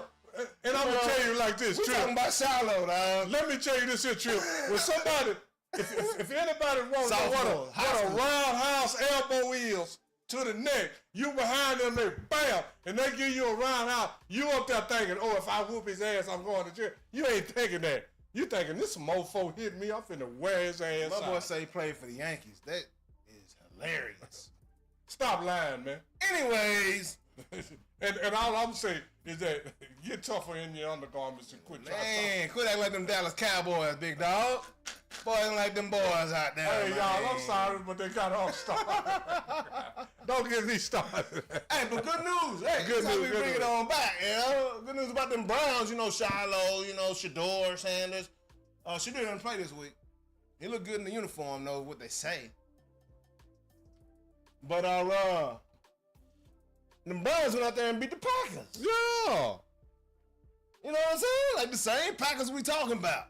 The same John Love right there was better than everything said sliced bread. Yeah, the same Michael Parsons. Supposed to be out there eating Joe Flacco thighs for lunch. Yeah. You know what I'm saying? Pause. You know, like, I don't understand what's going on, but I do know this. Green Bay gonna want to come wreck shop when they show up in Dallas this week. Oh, yeah. You know what I mean? They don't have an owner. Yeah. They out here. Yeah. Just wild animals, dog. Just, you know what I'm saying? Trying to just smash whoever they playing against. They don't got Jerry Jones on they back. Green Bay ain't got no. Green Bay. City of Green Bay back in the ball. So who Green Bay gonna line up to say, oh, they really strike fear in me? Green Bay ain't. All these dudes so overrated, man. George Pickens. Okay. Not saying who Green Bay got. Green Bay? Yeah, who they got that's just going? I mean, I'm saying for real. As a football player, if you were playing, he played for Green Bay, I'm scared. Who they got? Come on, Jay. They got scared? I don't know about scared, but the respect. I mean, they got a lot of guys I respect. Who? Matthew Golden, for one, he's a rookie. Michael, I respect him. Yeah, okay. And several, I mean, they got the youngest squad, and Jordan Love, the boy, he's been balling since he got here, since he's been able to play. Okay, they made the playoffs one time. How many years you been playing? 2. Okay. Whatever happened 50% pretty solid. Whatever happened to let these dudes build a resume up before we start? Trautman didn't get to the playoffs till his 3rd year. Absolutely, he's still late. Jordan Love there year 2. Okay. And going deep. Put us out. Yeah. That ain't nothing. Everybody put us out. True. So that ain't. And then when they put us out, what happened to them? Played real well against San Francisco and lost. Playing well in the playoffs don't mean shit. It's a tough game. They put Dallas out, then they got put out. But everybody in the playoffs to put Dallas out. Yeah, no doubt. So putting Dallas out ain't no big ass deal. Everybody in the regular season to put Dallas out. Yeah. So putting Dallas out the playoffs ain't no big deal. Now, like I say, these guys, I'm not part of this microwave society. These guys got to do something 2 or 3 years before Unc start talking about he this or he that. All these guys ain't did number 1 year. I mean, and right now, Green Bay record is what? 1-1. So you ain't jumping on the Philly train yet? You ain't believing in them yet? Philly been going to the Super Bowl winning and losing. These other boys just been coming. Clubs don't count. But they've been going, those what you're saying. They've been going to the playoffs and losing. I'm saying Philly. They've been going to the Super Bowl. Yeah. And then they don't want the Super Bowl. Philly is a different animal. And I got to talk about that later, too. But that's all. We definitely going to talk about them boys. And moving along. Yep. So that was it is good. And that segues right into what we're talking about. Philly. Philly's very good. Oh, Philly. Rumbling, tumbling, bumbling, humbling, tumbling. Jordan Davis, man. The boy's a beast. See, those are the types of moves I'm talking about. Why couldn't we trade Micah for that pick? If we wanted to get somebody up the middle, why couldn't we do that a year earlier? But trade him, get Jordan Davis. Philly probably didn't want Micah like that. I'm just saying. Philly probably didn't want Micah like that. They didn't know Jordan Davis was gonna be like that either when he was picked in the draft. Yeah. Well, the reason and they got two nasties up the middle. Well, you know the reason Jordan Davis like that, he playing next to another guy that's pretty good. But the other guy that's pretty good wasn't there until Jordan Davis got there. Jordan Davis was there first, and then he got there. Yeah, Carter. Yeah, now Jordan Davis better than he there. Jordan Davis better than he was before he got there. Jordan Davis was already what that was. Yeah. But then, talking about Carter, 340. You talking about Carter? Yes, sir. But guess what? Carter is rated higher than Davis. Why you think that? Because they're playing side by side. Somebody got to play Davis. Yeah. It's easy. I tell people like this here. When you got good teammates, it's easy to be better than it is when you got. Because somebody got to pay attention to the mother ball. I'll tell you like this. Michael could have stayed here his whole career. With these players that Dallas got now, Michael be looking sorry as hell too. Playing out of position for sure. I'm judging him as a linebacker. What happened? Anyways. Yeah, that's a whole nother story. I don't even understand what's going on. Philly is good. Philly looks right now, Philly probably the favorite to win the Super Bowl. That's the best team in the NFL right now. Yeah. And they take pride in their. Yeah. And they're not just going to let you beat them. Yeah. Absolutely. And I got to. They something else I talk about later too. Philly, what that is. Yeah. Hey, and the program, I'm talking about from the top, the way they got good quarterback. The way Jalen Hurts approached his defense.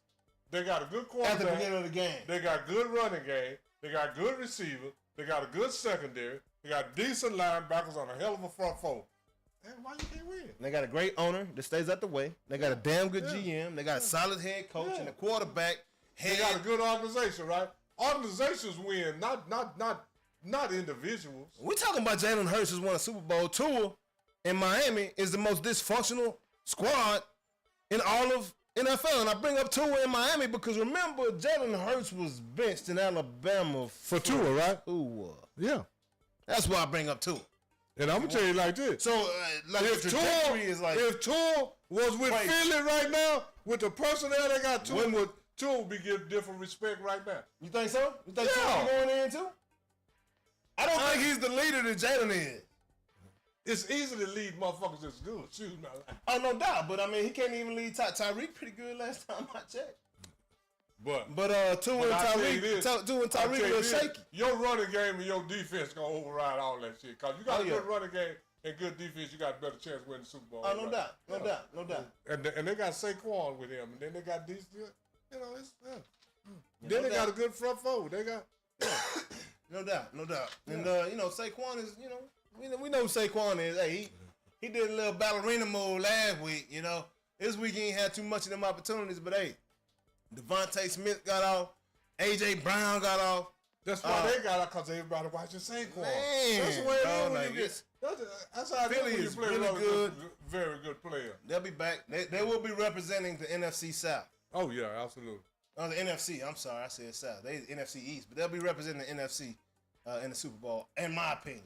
Right now, it's only unless they, some injuries or something, but otherwise, it's gonna be hard to beat Philly if they keep rolling like they're rolling right now. Yeah. Moving along, another hot team, them Colts. Last week we talked about these Colts, the fact that they hadn't punted all season. It took them 3 possessions into this game to punt. Daniel Jones is looking like an MVP in the league right now. Huh? Yeah. Jonathan Taylor out there running loose. That boy looking wild, running wild out there, man. The Indianapolis Colts, Jim Irsay passed away. His daughter's now the owner. We talked about her very unique style of learning the game and learning how to take this ownership role. She's got headsets in, listening to the calls on the sideline during the game, but in a very different Wade and Jerry Jones. She's actually trying to just realize and what's understand going on. Yeah. She's really Jerry intrigued versus trying to run the show. Yeah. Oh, yeah. She just wants to hear what's going on. She just wants to be a participant and watch the show. Not really. She don't even want to participate. So she wants to be a spectator of the show via audio. So is Daniel Jones that much better than he was last year? It's the organization. Okay. Just like Vince Young, when he won a national championships at UT, and then went to Tennessee and played for Fisher, and Fisher was a quarterback killer and killed Tennessee and Cleveland Browns to kill more quarterbacks I'm gonna say it like this. Cleveland is old, but Tennessee ain't that old. Tennessee done killed more quarterbacks than anybody in the history of the NFL, other than Cleveland. And now Tennessee just been in the league about 30 years. Yeah. Now the league been around. They've killed more quarterbacks than anybody. Tennessee, think about Cleveland and Tennessee. Look at all that. Marcus Mariota, Johnny Manziel, all them number one draft. Yeah. They ain't developed a quarterback yet. Not a TT tie. And that's why Baker Mayfield in Tampa. Look at my boy. That was Vince Young. We mentioned already. Because when they got J.A. Steve McNair's the last solid quarterback that when they got what's your boy from Houston? The one, Deshaun Watson. Yeah. I told you I would have never did that from when I got Baker Mayfield. You remember when I said that? Yeah.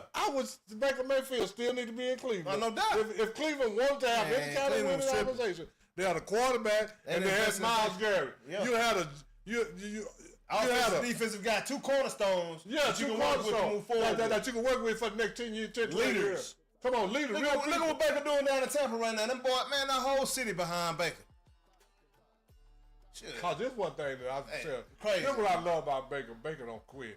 Baker don't quit. Baker will be down 3 touchdowns with 4 seconds. He think he gonna win. Them coaches going crazy, man. And then the Chiefs, they got their first dub. I mean, what you think about the Chiefs right now? Because it wasn't easy. People don't listen to me, but I kept telling people.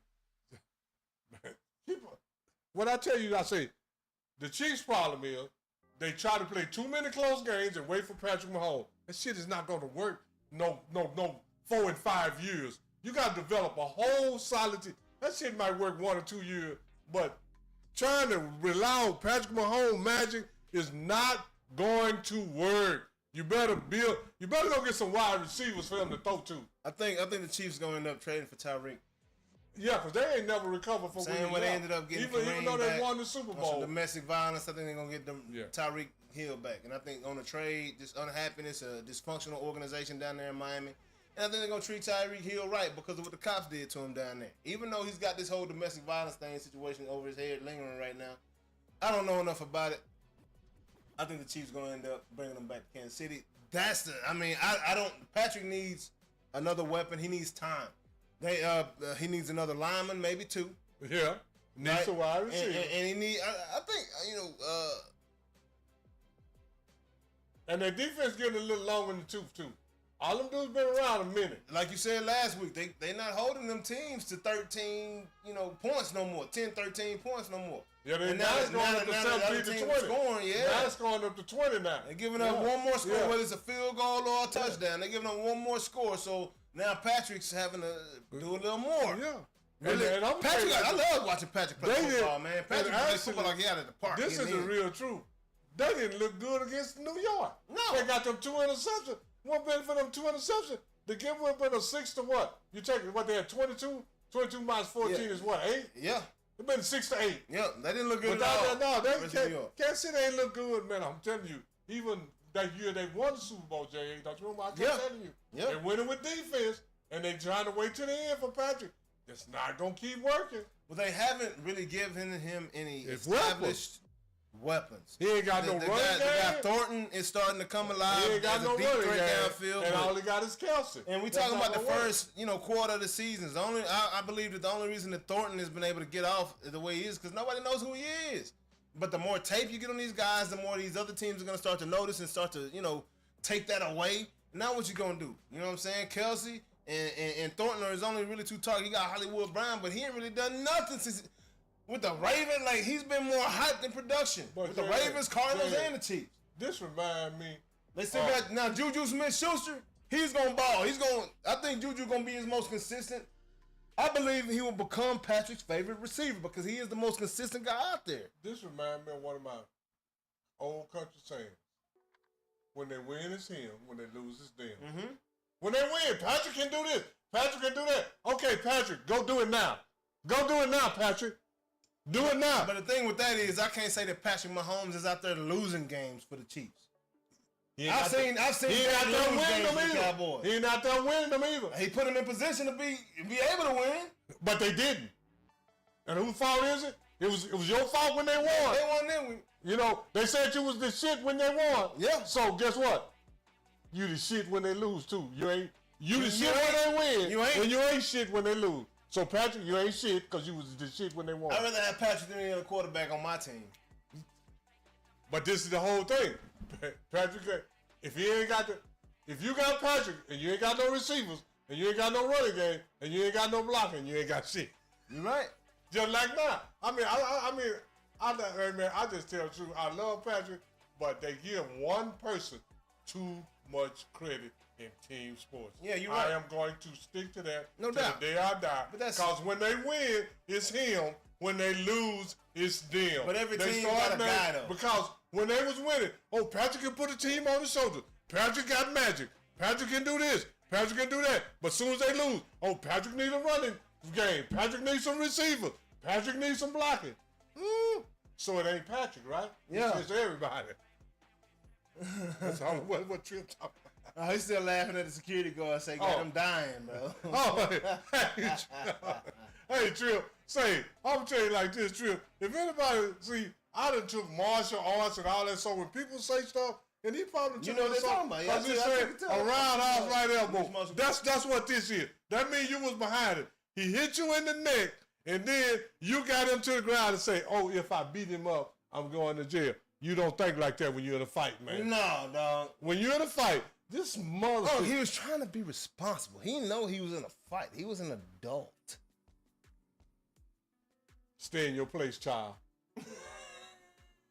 Because I tell all children, stay in your place or I can knock your ass out.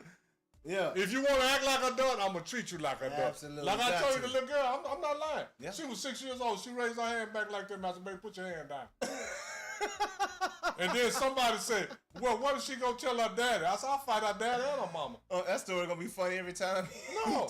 I told her to put your hand down because I'm going to slap the shit out you, little old girl. Oh, yeah. Because if you hit me, that means you're ready to fight, right? I had to get you revved up for this topic. Ravens. The Ravens. Quote the Ravens nevermore. What's up with your boy Lamar Jackson, man? LJ8, huh? What's going on, I'm gonna tell you like this, boy, man? Do you know what Lamar's biggest problem is? What's that? Derrick fucking Henry. Oh. Derrick soft in the undergarments Henry. That's his biggest problem.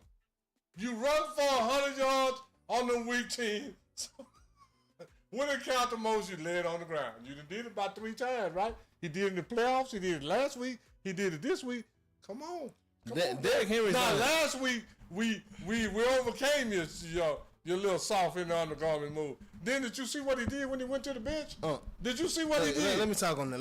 Wait a minute. Did you see what Derrick Henry did? That's what I'm shaking. That's what I'm shaking my head right now. Let me talk on that. Thank you. I just asked you. The answer is yes. You saw it, right? Absolutely. Okay, thank you. Derrick Henry, you're not a pee-wee football player. I'm gonna start there. Bro, you're not a rookie in the NFL. You are a veteran, bro. On your third contract, dog? You're grown. You're an elder in the league at this point. At that position, especially. You're an elder in the league, Derrick Henry, at running back. Okay. See, this is my problem right now.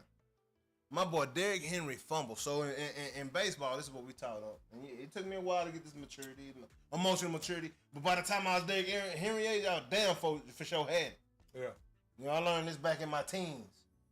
You make an error, a mistake, no matter how grand the situation. Matter of fact, the bigger the stage, the more important it is to remember this. you make a mistake, it's your job to make everybody else forget about it as fast as possible by your actions. You know what I'm saying? You make a mistake, they call it, Dion says it all the time, but they refer to it as you flush it. Down the toilet, it's gone. It happened. Short memory. It's done with. It's gone. It's Go over. back. I'm back locked in. I'm a professional, bro. I can never look at Derrick Henry the same. My boy fumbled that rock. Okay? Now, if you didn't see the play, he had the rock, running the ball, left side, left arm. Okay, my boy for Detroit, Hutchinson. Hell of a player. Okay? Hell of a player. Pro Bowl. He will be there. He was hurt last year, so my boy is on fire right now. Happy that he can play. I like him a lot. I like him a whole lot. I like him a lot. I like his energy. A whole lot. My boy come flying in from behind. Henry got his arm in his left arm. And this is the second time I seen him fumble like this in his left arm. Henry got the ball in his left arm. This year I'm talking about. In 3 games. Hutchinson come in, don't even try to tackle him. Boom! Stick him. Punches the football. All he looking at, he come in, flying across, boom! Punches that football. Henry fumbles that hoe. Fumbles are a part of the game. That's why it's in the stat column. Fumbles. Okay? It happens. It's a part of the game. Okay? We get it. You fumbled, Derrick Henry. What I don't want to see you do, Derrick Henry, is go on the sideline acting like, do you have kids? I don't know. I think he got kids. Acting like your son, bro. You're an elder in the NFL, bro. Hey, J.A. One of the biggest. J.A. Do you know the worst? I hate to say this. This is back in the day. This is the worst one of the worst whoopings I get my kid acting like that. Man, it train your ass up. You acting. I mean, come on, man. You acting like an animal, like you're soft, bro. Ew. Like you're soft. What did I tell you last year? He ain't no Walter Payton. Absolutely not. No Emmitt Smith. And he showed it. He likes to put on a persona though. And then he try to look mean. Hey, like I tell you, when Allen Iverson got to the NBA, my boy had a bald fade and no tats. It was his toughness that he's tried to personify after he got there. He wasn't trying to fake nothing before he got there. That's who he was. Them tats. That was the pain he felt. Them braids. That's who he felt he was. He didn't want to go by the status quo no more. That was Allen Iverson, but now the guys want to go back and get the braids in their hair because they want to look tough. Because it makes them feel tough. No, he had a toughness in him. He was tough. Yeah. He had to feel tough. Stop that. Stop that. Stop that. Go back to that ball fade, dog. Because you ain't that guy. Got the goals in your mouth. Got the gold butterfly. I ain't seen not no tough dude wear no butterfly on their chain. Got the gold butterfly. Bro, quit the act, bro. Quit the act, bro. This dude just perpetrating on the fraud. Quit the act, bro. I'm trying to say that's like Joel Embiid. That's Hollow Man right there. What you say, Jay? Fake as a fraud? Fake as a fraud and part-time broad, dog. Fake as a fraud. Quit the act, bro. We see you. We see you soft. We see your undergarment. Hard don't look like that. No. Flopping on the bench. Getting up. Bro, it's 7 minutes of the game. 4 minutes and 40 seconds left in the game. Get your mind right. Go inspire somebody. You over here crying. Biggest dude on the sideline outside of the O-line. And he bigger than every linebacker on Detroit. Did you see how he fell down and kicked like that? Kicking like a little kid. He threw a fit. He threw a temper big, bro. He threw a temper tantrum. You were too big for that, bro. And that's why you got the millions. And then did you see that? He'll put one of them dresses on. He'll put a dress on. Did you see the AI deal where Lamar, you know, they animated Lamar Jackson knocked this. You ain't seen that? I say that's. You gotta send that to me. I gotta find it again. Oh but my it's all gosh. You know how AI, and it look real. It's on what is Lamar Jackson tired of? He tired of Derrick Henry fumbling the ball out. And so what he do? Crying about it. He knocked his man. You know, like I believe Lamar Oh, I believe Lamar when Lamar wear the gold and with the bright. I believe that is who Lamar is. Hey, yeah, he look like that. That's who he is. I believe he's that's from Miami. He's from Miami, and this I believe he's hard like that. And this whole thing, Jay. I don't believe you, talk Derek. about Lamar because I know Lamar got the talent to win the Super Bowl. Lamar. Absolutely. Yeah. Hey, absolutely. And I'm hard on people because you want to see it. Yeah, because I want to see it, but Derrick Henry. That's the way Shaq approach it. Yeah. Your boy. Yeah, I like Shaq too, but I love Shaq. But you got swept 6 times. That's my only knock on you, Shaq. I mean, but Lamar. I mean, but I want Lamar to succeed. But this is the thing, Lamar. You got some dead weight with you, man. Man, bro. If you're gonna win the Super Bowl, you either got to get rid of Derrick or drag him along. And I guess the Cowboys got something right. Well, let me tell you like this here. Even with them 2 fumbles, I'm still glad for it. Derrick glad he didn't come here. I'm glad for him. Cause Derrick, you done fumbled like that 3 times since you been here. The way they would have been hitting you in 5 yards deep in the backfield, you probably fumbled about 10 times. Yeah. I mean, and this is the whole thing. Derrick, on that run, you ain't even past the linebackers, and you got the ball away from your body. It was to his body, but it was not. Yeah, his elbow up. That's the same thing. It was not. His elbow wasn't up. He was here. It was down. His elbow should have been up to cover the. So no, he should have. So he's got a little bit of the ball here, a little bit of the ball here, but he had his elbow here, and the ball was poking out. And Hutchins came and punched at that. If he'd have had it like this, he had it like that, but it got punched out from behind. Where you go? I mean, but if you got your elbow all the way down, his elbow was up. Yeah, he couldn't. No, it wasn't because he didn't punch it from under. He punched it from on top. So if you go back and look at the play, he punched it from up here. So he punched it, and Henry just. Well, Henry ain't strong because I'm gonna tell you this. Go back and watch. You don't like Tiki Barber. Oh, I know about Tiki.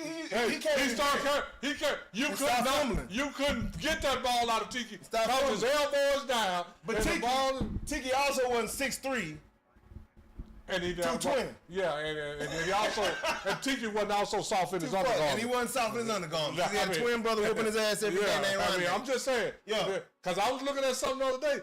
Tiki got 12 or 13,000 yards. No. I meant no disrespect. I understand Tiki Barber's career. Yeah. But he's not top 10, one of the greats. Like I ain't. I'm not thinking about Tiki Barber. I ain't saying he's no top 10. But he was a solid running back for the Giants. Hey, once the top 10 hard to get in. He had a top 10 season.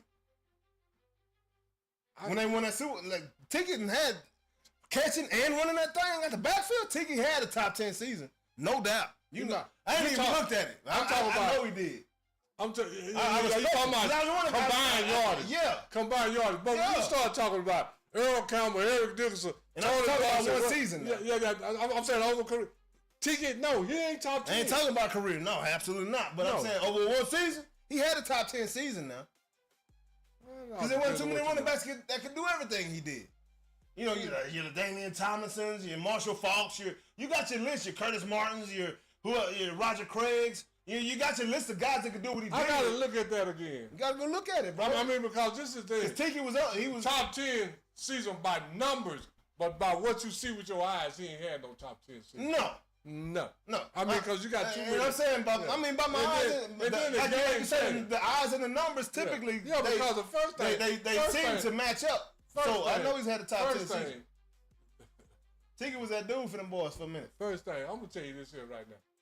One of the people I always talk about, one of the top backs that they talk about, he's not in my top list no kind of damn way. That's Damian Thomas. He ain't in my list. He's not on my list. Why? Because he's sitting there concussed, just on the sideline with his helmet on, like he coming in the game, but not. He's not in my list. He did several things. I think it's more so on the coach right there. You know what I'm saying? Coach take your helmet off and go sit your ass down. Coach got to have more power, yeah. Coach got to have more power, bro. You're not going to the game to take your helmet off, dog. Go sit your ass down. He's standing on the side of the coach down there. Look at Loss. LT, when you go back to his career, he did a couple things. He waiting on the bus. I love him because he's from Waco, Texas, and all that shit I love. But TCU. But I'm saying like this here.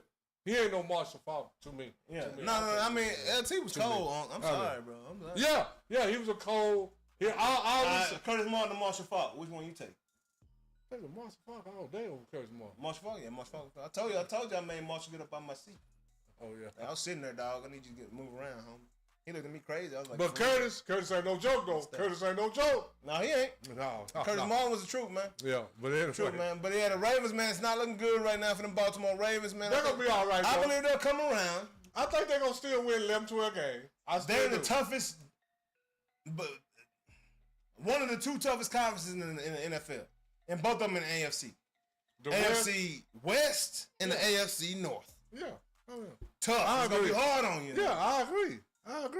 Baltimore, Cleveland, got doggone Pittsburgh, and Cincinnati beating up. Cincinnati's down right now because Browning's in there, and they got the doors blocked. Carson Wentz beat the hell out of Cincinnati this weekend. Yeah. Put up 40. Cause of what's the name out? Because he played for Minnesota, and quarterbacks don't matter in Minnesota. We already talked about that. Yeah, everybody. We put posts out here for a reason, y'all. Yeah. Oh, J.J. McCarthy, everybody going crazy now. Carson Wentz just put up 40. Carson Wentz. For Minnesota, a quarterback is the only team. Minnesota's the only team in the league where a quarterback don't matter. And do you know why the quarterback don't matter? Because they got a good organization. Everything's solid.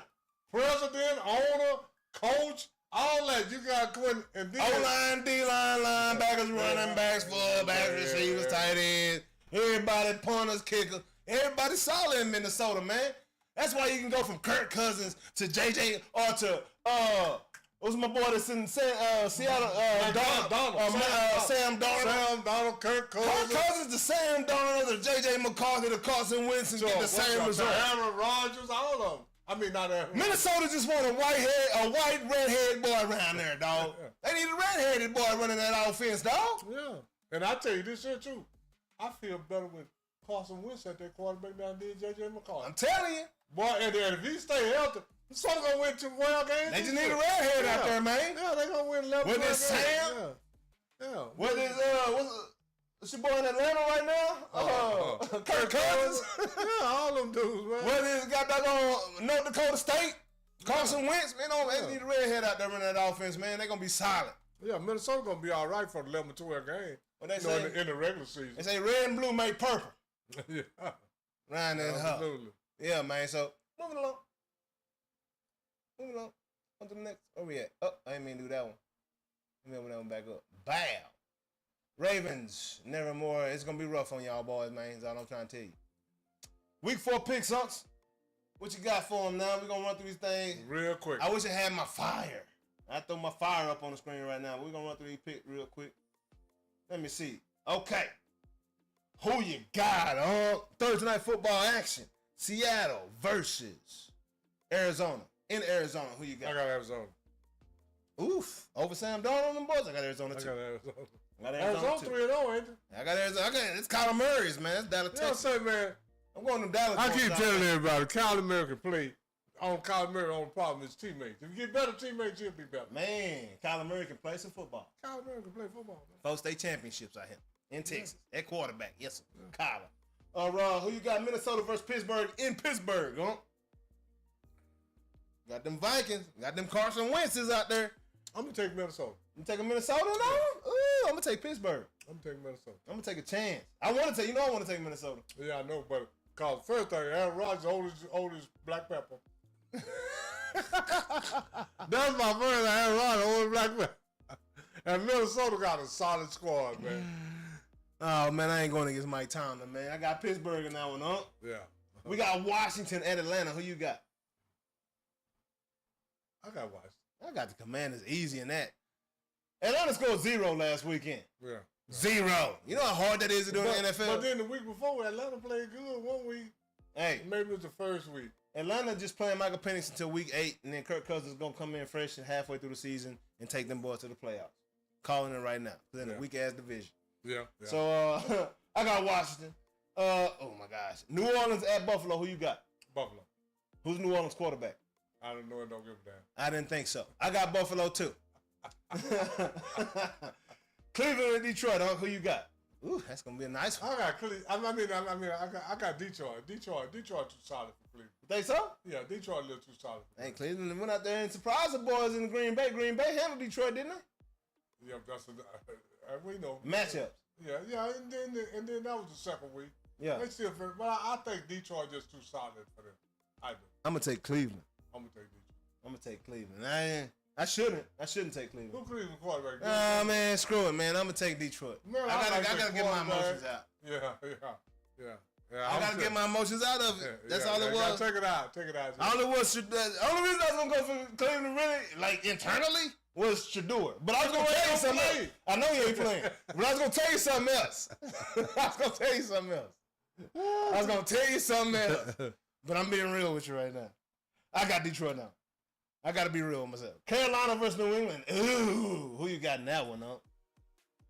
Carolina Panthers. Yes, sir. That's your boy. Not them Tar Heels. Who you talking about? Who Travis Hunter play for? No, he played for Jags. Jags, yeah. Panthers, Jags. Carolina playing who? New England. I got to take Carolina. New England now. Hey, I got Bryce Young in that one. Yes, sir. Carolina all day. Yeah, hey, that defense. I'm going Carolina's defense, man. Yeah, New England ain't ready. Vrabel ain't, like I say, Vrabel, he got a new team. Same situation as the Cowboys. It's going to take a little while for him to get used to that terminology and everything, the way he run his show. Yeah, and then he need a quarterback, too. I think Drake May going to be all right. Who? Drake May. I think he'll be all right. I think he's solid. solid. He's going to be all right till I get somebody else. I think he's solid. Nah, I think they pissed off that they traded the guy that we got down here in Dallas that came in the game and looked all right until he threw an interception. That boy got a freaking rocket for an arm, huh? Yeah. It can run. Oh, yeah. We got to see what he got. He ain't nothing but a hype. We got to see what he got from here up. He ain't nothing but a hype guy. He got to be good from here up. That's just another guy that Jerry got just to keep people excited about the possibilities. But ain't gonna do nothing. Shit Jerry got. Then we got the Chargers versus the Giants. Who you got in New York? I got Chargers. I don't care where they at. I don't care where they at neither, man. They just showed last weekend. I got them Chargers going into New York and handling business against them Giants. We got Philly at Tampa. Who you got right there? Ooh, that's going 2 undefeateds right there. That's gonna be a good one. Is Philly at Tampa? Is Philly undefeated right now? I know Tampa is. Philly might have a loss. Yeah, Philly undefeated. Okay, yeah, they're undefeated. That's right. They're both 3-0, right? Hey, the Baker Mayfields versus Jalen Hurts. We got Oklahoma quarterbacks going at each other. I just think Philly too good for them. You think so? Yeah, I think Philly got a little too much for them. The Baker Mayfields, man. Yeah. And if anybody go get Philly, this will be one of them games that Philly right to lose. That set Philly on a 5 or 6 game winning streak. But I just think Philly too much for them right It's so hard to go against them Baker Mayfields. But I got to do it. I mean, we talking about the defending champions. The way they're playing right now, they're taking pride in their games. Like they don't want to take a loss. I feel like they want to go undefeated. The way they're playing out there, their D-line, like every week is somebody different coming up big for them boys. So I like Philly's chances, man. It's hard. And Mike Evans is out. So they got a guy, like I mentioned, that number 2 receiver for Tampa Bay. Solid. Really good. Always open. Oh, yeah. And he can make plays. And the kid is good, man. Baker Mayfield and him. And he's got his boy, he was up in Shepherd. Yeah. Baker Mayfield's back with his boy Shepherd from OU. Yeah. He was up in the Giants. Yeah, but I just think that so he's got some guys Philly too solid all around. I agree with you 100%. I'm with AJ Brown, Devontae Smith, Saquon Barkley, Jalen Hurts, Dallas got it, that whole O-line. Everybody, got doggone tush push, man. You can't stop that, man. Yeah. Them boys trying to get the 4th and 1. 4th and 2, because you can't stop them. Then we got Tennessee and Houston. Who you got right in that game? We took the Oilers versus the Oilers right here. I'm going to take Houston. I'm taking Houston. I'm going to take Tennessee in the upset. C.J. Stroud struggling, huh? And Cam Ward is playing good football. He ain't got much around him now. Yeah. But he's got enough. Yeah. I'm going to take Tennessee in the upset on that one. They got the both same record, 1-2, right? They both struggling. Yeah, they I can't see the records, but they both struggling. I think they're both 1-2, but yeah, I'm going to take them. And we got Jacksonville and San Francisco. Who you got now? I got San Francisco. I got Jacksonville. Where they at? Where they playing? Where Dabo at is the question. Oh, Dabo in New York. I mean, Dabo in Washington. Yep. So we know how that work out. Where they playing? In San Francisco. They both 1-2 right. No, Jags. I think Jags might be 2-1. It might be 1-2. San Francisco might be 2-1 too. But I'm gonna take San Francisco. I'm gonna take them Jags. I'm gonna take them Jags now. Wait, goodness gracious, man. It don't get no easier, Lamar. You gotta play big, dog. Basically, what they saying is, dog, we're gonna see where your heart is, bro. Did you get better? You just talking shit, bruh. Kansas City, we're gonna see where your heart is at. Kansas City and Baltimore. How's it not Sunday Night Football? Oh, what is it? How's it not Sunday Night Football? Kansas City and Baltimore, NKC. God.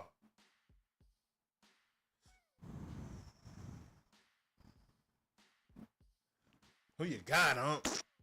I'm gonna take the Ravens, man. Taking the Ravens? Yeah, I'm gonna take the Ravens. Oh. Come on, Kansas City.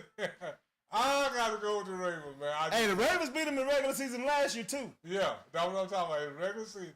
Man, Kansas City, I just got a feeling that a lot of the luster that went off Kansas City. I'm going with Pat Mahomes. I don't give a damn about Kansas City. I'm going with Pat Mahomes. I'm going with Lamar Jackson. I'm going with Texas over Florida. I'm going with Texas over Florida. Oh, now, hey. Backyard ball. It's a backyard ball game. I'm going to go with Texas over Florida. This backyard ball, I'm going with Pat Mahomes' backyard football because that's all he's playing right now. He realized what's around him. Last game I saw a switch on Pat. Pat said, hey, fuck it. I'm out. You saw a switch on him? Yeah. He didn't hit it, though. He said that. He went yellow beezy on them boys. That's on me, baby. He took over. Patrick Mahomes said, it's took mine. over when? He said, it's on me. When did he do that? Like halfway through the game. I didn't see that. I saw that. I didn't see that. See, that's the difference between me and you. I know what I saw. Yeah, I didn't see that. Now, I ain't saying he took over and dominated the game, but I saw him take over and say, whether we win or lose is on me.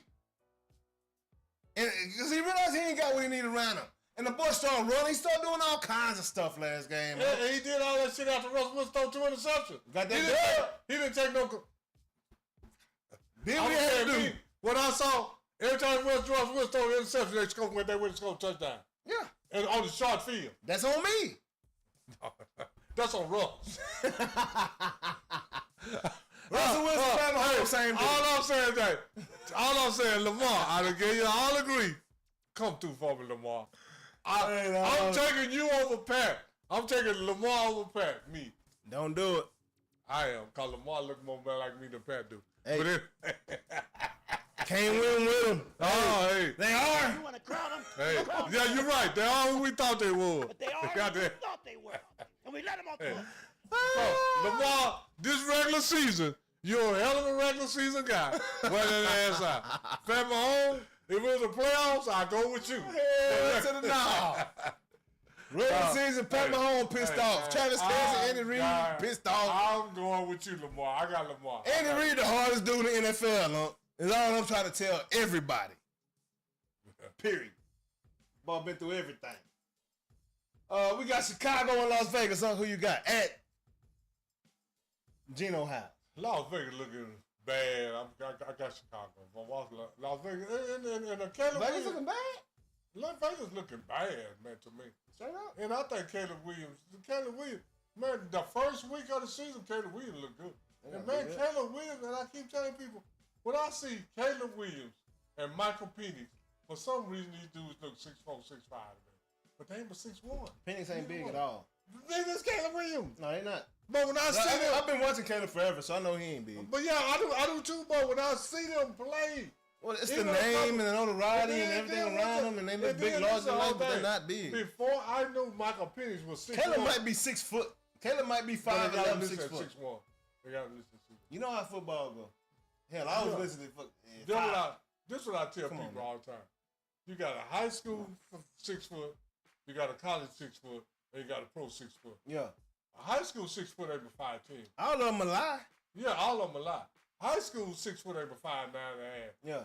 College 6 foot is just 5'10". Yeah. Pro 6 foot is 5'11". If they say you're 6 foot, you're 5'11". Yeah, you know that. Because every time I see these dudes, I thought he was 6 foot. Oh, they talking about with his cleats on. Yeah. The extra long spikes. But everybody I see, I be like, I thought they do it. Now, so Be the same height. That's like Luka. He's 6'7", but he's 2 inches shorter than Aaron Judge, who's 6'7". How that work? Yeah, I don't know. Somebody's 6'9". If you say, You know what I'm saying? Yeah. Hey, what's more impressive, Luka at 6'5" or Luka at 6'7"? I think Luka at 6'5" is damn impressive. Yeah, me too. Yeah, the shit he do. Yeah, you know what I'm saying? Way more impressive than 6'7". Absolutely. Yeah. I mean, Jordan was 6'6". Yeah. Then we got Sunday Night Football. Dallas versus Green Bay. Who you got on? I know you're going with Dallas. I can't do it. Homer? I'm going to tell the truth. I'm a homer, but sometimes get exhausted. Yeah, Green Bay gonna get that. All right. Remember I told y'all before the season started, 6 or 7 wins. And we almost lost to the Giants. If we lost to the Giants, I'd have took that down to 4 or 5. I'm telling you like this. And I did not pick this as a win on the schedule. This is what I was just telling you. Kansas City didn't look no better against the Giants than Dallas besides the 2 interceptions. They didn't. I don't give a damn what nobody said. They didn't look no better against the Giants than Dallas did. If you take away the 2 interceptions, Patrick Mahomes completed 21 passes for 220 yards. That ain't no hell of a stats, man. Come on, New York Giants got hell of a defense, and Dak Prescott's playing the best football I've seen him play in 7 years since he's been in the league. This ain't the best ball I've seen him play. That's the best I've seen him play. I've seen him have 2 or 3 years better than that. I've never seen him play this well. I have. When Dak throw for 4,600 yards, he had a lot 40 touchdowns and 8 interceptions, it was better than this. He already got 3 now. Well, he had a lot of help. It doesn't matter. We talking about what he did. I'm talking about on his back, what Dak is doing himself. This is the best I've seen him play. As a quarterback, I'm talking fundamentally, accuracy, getting the ball out on time, reading the defense before the play, like pre-snap reads. Like, this is the best football I've seen Dak. This is the first time I've seen Dak look like a leader on the football team. He looks like a leader to me. Lead to a loss? Goddamn, he can't help to do that. He can't help what Carl Pickens did. Butterfingers. That's what I've been trying to. Now you sound like me. Sound like you. Sound like we switching roles. He can't help what Amari Cooper did. He can't help what CD Lamb did. All I'm saying is this is the best football I've seen Dak play. This is not the best I've seen him play. I've never seen him be this accurate. What you talking about? He wasn't his ball placement in those years was nothing like it is this year. But he had better results. I'm talking about results. I don't give a damn about how it look, if it's wobbly. I'm talking about if he catch it and there's no, I don't care how stuff look. I'm talking about getting the job done. I'm talking about Dak alone and doing his job. Dak alone, this is not the best. As a quarterback, getting the ball out on time. For me, his accuracy. I want to see him take that next phase and start to get up, recognize the defense. He's not gonna do that. And change the play. He is who he is. He's 9-10 years in the league now. If he ain't did it yet, he ain't gonna do it. But this is not how Dak Prescott played for me. This is not the best I have seen him play. And even at the best, but this is why people. I'm very critical and very when it comes to the fundamentals. I'm very critical. Fundamentally, the best I have seen him play still ain't good a damn enough. Yeah, it ain't. But the best he played ain't good enough. This year he's playing good enough if the guys around him step up and do their job too. What I'm saying is this is the first time I've seen Dak do his job exceptionally. And it's early. Yeah. But he's doing an exceptional job. Yeah. And I'm not gonna hate. Like I can't hate. For me, this is not the best I have seen Dak play. I've never seen personally. I have seen him get the ball. You've seen better results. Huh? You've seen better results, but you ain't seen him be. I'm talking about 90 to 95% of the passes have been super accurate. He do the same thing. He doing the same thing to me now that he did then. Cause the other day he threw a couple of passes like he didn't give a damn. Well, that last one for sure. That's the way he do all the time. That's tight asshole Dak right there. Dak have had some good games. That's big moment Dak when that booty hole paws get real tight. This is the whole thing. I don't even think that it's all that. Because I have seen Dak hit CD look like where their guys are supposed to be. I think they got the best vision in that sense, and I think they got the best instincts, right? Yeah, that's every position. And best internal clock. Every position. So if I got that versus Dak panicking and just throwing it somewhere, versus now I'm more like, okay, here it is, time, boom. You know what I'm saying? Like it's a completely different field mindset. It's not a panic in sight.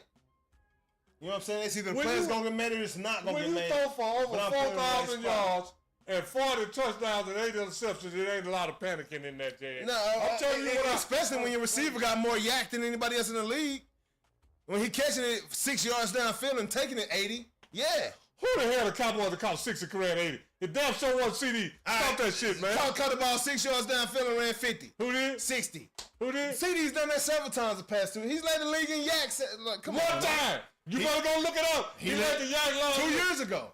Huh? 2 years ago. Okay, what about you better go look up 21. He had a solid season last year. Go look up at 21, 22, and 23 when Dak Prescott had over 38, 4,000, 42, 4,400 yards. When he had Amari and CD?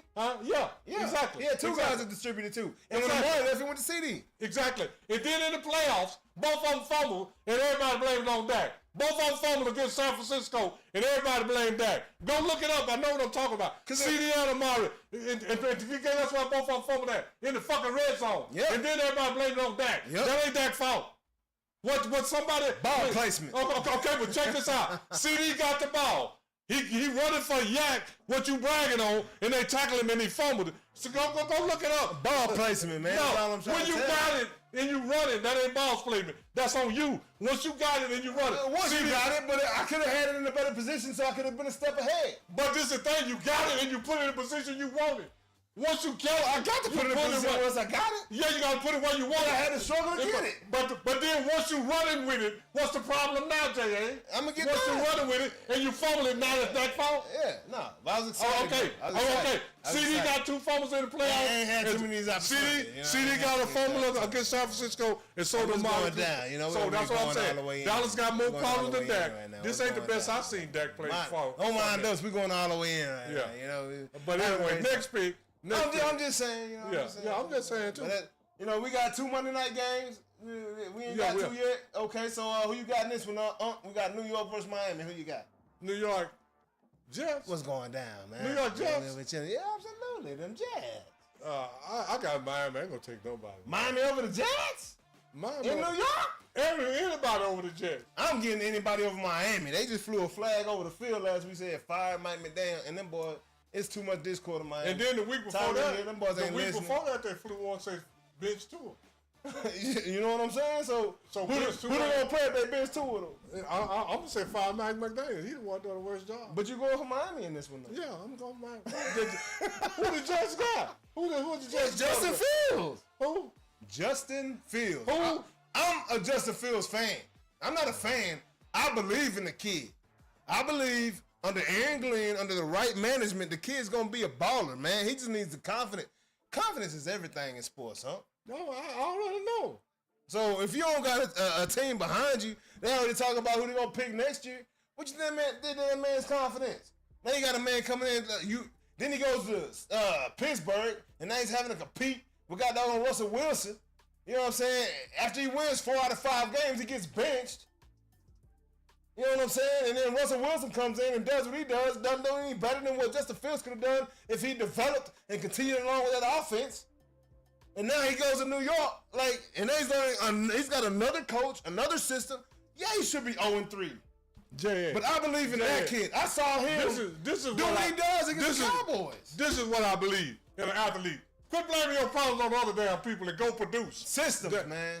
System. Okay. Just like you say Tennessee is a quarterback killer. It's the organization. And the Browns, we can say the same thing about the Jets. Pittsburgh ain't producing not a damn thing since Ben Roethlisberger. And that was the old regime that brought him in. The Jets ain't produced nothing in years. Over and over and over. So, you know. I'm betting on the organization. I'm going to take the Jets in this one. I'm going to take the Jets. Because I like Aaron Glenn. I like Aaron Glenn's stability. I like Aaron Glenn and his team backing him versus what Mike McDaniel got going on in Miami. He ain't been there long enough. I'm going to say that Trips just said something. What Trips said? He said, now you going to take Flacco? He said, no. You're not going to take, I'm going to take Flacco. Yeah. I can't take, hold on. Where we at in the game, man? Who's Cleveland playing again? Joe Flacco. Cleveland who? In Detroit. That ain't Monday night, is it? No, it ain't Monday night. Oh, that's what we talked about earlier. Yeah. Oh, no, I ain't picking Flacco over Detroit. No. Man, I'm going to take Jerry Flacco. Nah. Stop And that. the Browns. Stop that. Hey, last game, Cincinnati versus Denver. Who you got, huh? Burrow hurt, right? Burrow out. I think that's the easiest one of the week. Yeah. Cincinnati versus Denver? Yeah. In Denver. Who Denver quarterback? Mile High. Who Denver quarterback? Bo Nix. Hey, let me flip a coin right quick. Man, Denver gonna win that. Ain't no coin to flip. That's the easiest pick of the week. I'm gonna take Denver. Denver gonna win that one. I'm gonna take Denver. Hands down. Hey, go put your money where your mouth is, baby. Put your money where our mouth is, man. Yeah. Those are the picks of the week, man. Bet US picks of the week, man. Bet US. Come bet with your boys. Win some of that Cake. Moving along. Moving along. Noonish Fantasy Football League, man. I gotta pull this up on the phone. Put that up behind me. What we got? I gotta put it on the phone. What we got? I gotta put it up. Give me a second, y'all. Give me a second. Got to pull it up. You know, this week is a little different. Cause I ain't have it just ready to rock. Both had a lot going on. But we're going to Noonish Fantasy Football League. This is my team right here. We're gonna go to the league standings right now. Currently, Mark is in first place with a 3-0 record. My baby Jar got that 2-0. She had a bye week in week 2, but she been dogging boys here recently. 2-1, third place. What y'all got going on right now? Man, the computer is whooping their ass. Hey, Hook already got more wins than he had all season last year around the whole way. Unc just letting the computer work with him. That's all he does. Yeah, on top of third place right now with myself, Ja Rules, J.A. Rules around here. And then Mr. Punch, Goop Punch, Roy Pfeiffer in the building, sitting with a 2-1 record. And then who you know what it is, man. Trip the GOAT. Sitting with that 1-1 record right now, currently 500 lucky at a bye week as well. Big Booty Judy, aka CY. Hey, she told you earlier, had to go on and bring the pain this week. You know, give her that good L. Give her that good L for the week. She's 1-2 on the season right now, tied for 7th place with last year's champion Yazerski, who is also tied with the Olympic relay runner, 100-meter runner Ray Edwards. Mr. Speed Kills, he's 1-2 right now. AI made me do it. I'm sure Jonas is pissed off, man, because I had to change some rules in week 1. You know, we had a bug. It wasn't a bug. It was just a bad, a mishap. Okay, we're kick returners. We're scoring all the points. So Jonas took advantage of the rules, man. He ain't take advantage of them. He did what he took advantage of them. He looked and see what the rules say. He said, "Why can I get the most points by having good kick returner?" Jonas went and got good kick returners. You can't be mad at Jonas about that. I sacrificed Jonas's standing at that time because Jonas was scheduled to score 500 points. In the league where we top out at 200-300 a week. Yeah. So Jonas outsmarted us, man, and I had to put a stop to it, dog, and I'm so sorry. But I'm gonna tell you like this. When you start talking about technology and investigating technology, you can't beat Jonas. You can't beat Jay, Jonas man. gonna look up some kind of way. Hey, and Jonas, the name of his team is the AI Made Me Do It. Okay, yeah. And that's just what it was. Artificial intelligence. That's Jonas to the T. And since I made the change, man, it just hadn't been good. So him and Donnie Boaz rounding out the bottom right now. Can't buy a win. I feel bad for Jonas though. My bad, Jay. I feel horrible, but I couldn't let that just shake for the rest of the season. But I will say, had I left that there, you would have won. You'd have won hands down, bro. Jonas. Because Jonas went and got all kickers for the whole roster. So you know how I am, Jonas. Get into your technology and be ready for next year. Make him change the rules again. Because this is the thing, Jay. This is what we're going to say about Jonas. He beat the system, dog. Jonas changed the game. He changed the game, bro. I didn't change the game. He changed the Big game. Booty Judy didn't change the game. Goof Punch. Trip the Ghost. Jonas changed the game. Jonas Bull was the Wilt Chamberlain of the 24 or 25, 26. He made you go change the rule. Change the rules, dog. Hey, Will, you can't dunk from the free throw line no more, dog. Hey. You can't do it. You got to shoot. Will, you can't get rebounds off the top of the backboard no more, Will. Yeah. All that stuff. Oh, Jay, don't be mad at me, dog. That's all I'm asking, bro. Don't be mad at ya, boy. But yeah, man, those are the standings, man. And let me see. So for this week, go back to the league. The schedule coming up this week. Man, that's too much. Don't know about the schedule. Who cares? Y'all know the standings. Y'all saw Unc. Hey, Unc is tied for third. We tied right now. Okay, it should be fun. Miss John and Mark, first and second place right now. It's going down. That's my boo. She doing her thing. You know what I'm saying? So we're going to keep this thing moving along. Moving on. On to the next one. On to the next. Let me get that. We getting close to your favorite time. Oh, we're getting close. Yep, it's all just little updates coming up. Nick. Texas Rangers won't be a Bochy season. Looks like he ran out of luck. In Houston. Y'all know what boys that is won right 6 in a row. We got hype. Y'all know what that is right there? Boys out the door. That's deuces. Hey, man. I just hope we can win a game. I'm just trying to win a game. That means we out. Hey, how them boys going? Them boys won 6 straight and then lost 7. That's been the season. Hey, man. That was it.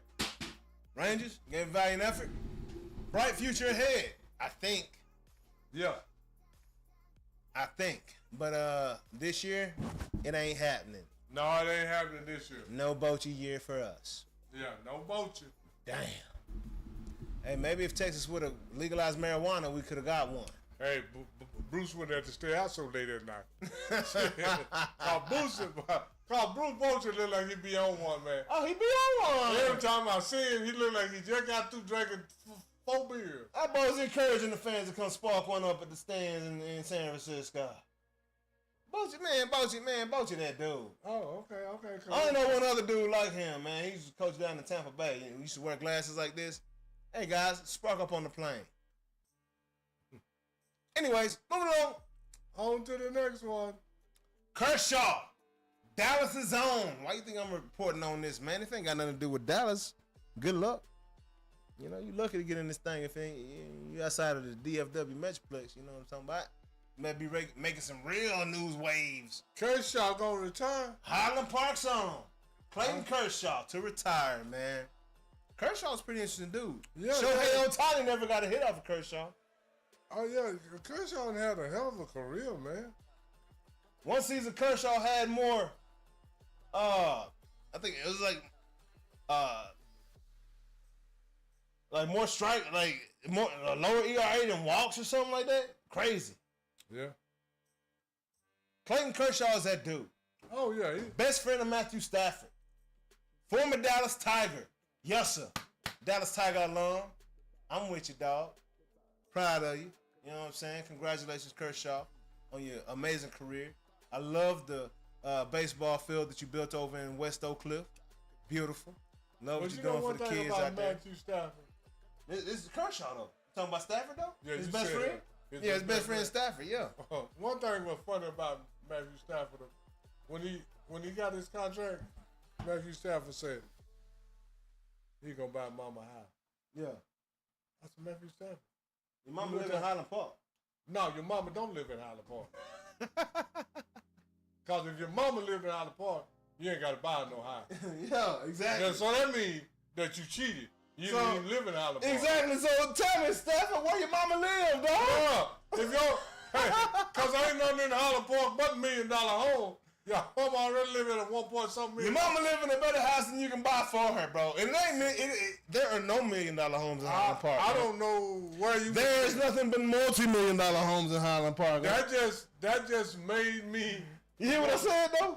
When he said that, don't you remember, though? No, for real. Oh, you hear what I said? It ain't no $1 million homes in Highland Park. Well, it's multi-million-dollar homes in Highland Park. Exactly. I mean, starting with the land that you own. Yeah, so I don't know where your mama live. Where your mama live, man? That just made me say, you went to Highland Park? Highland Park, what you got going on, dog? I mean, no. Sound like y'all bringing boys out of Sherman. Sound like y'all bringing the boys. Cause I'm gonna tell you like this. If Out of Lil Elm. Cause if you live in Highland Park, ain't no way in the hell your mama need a house.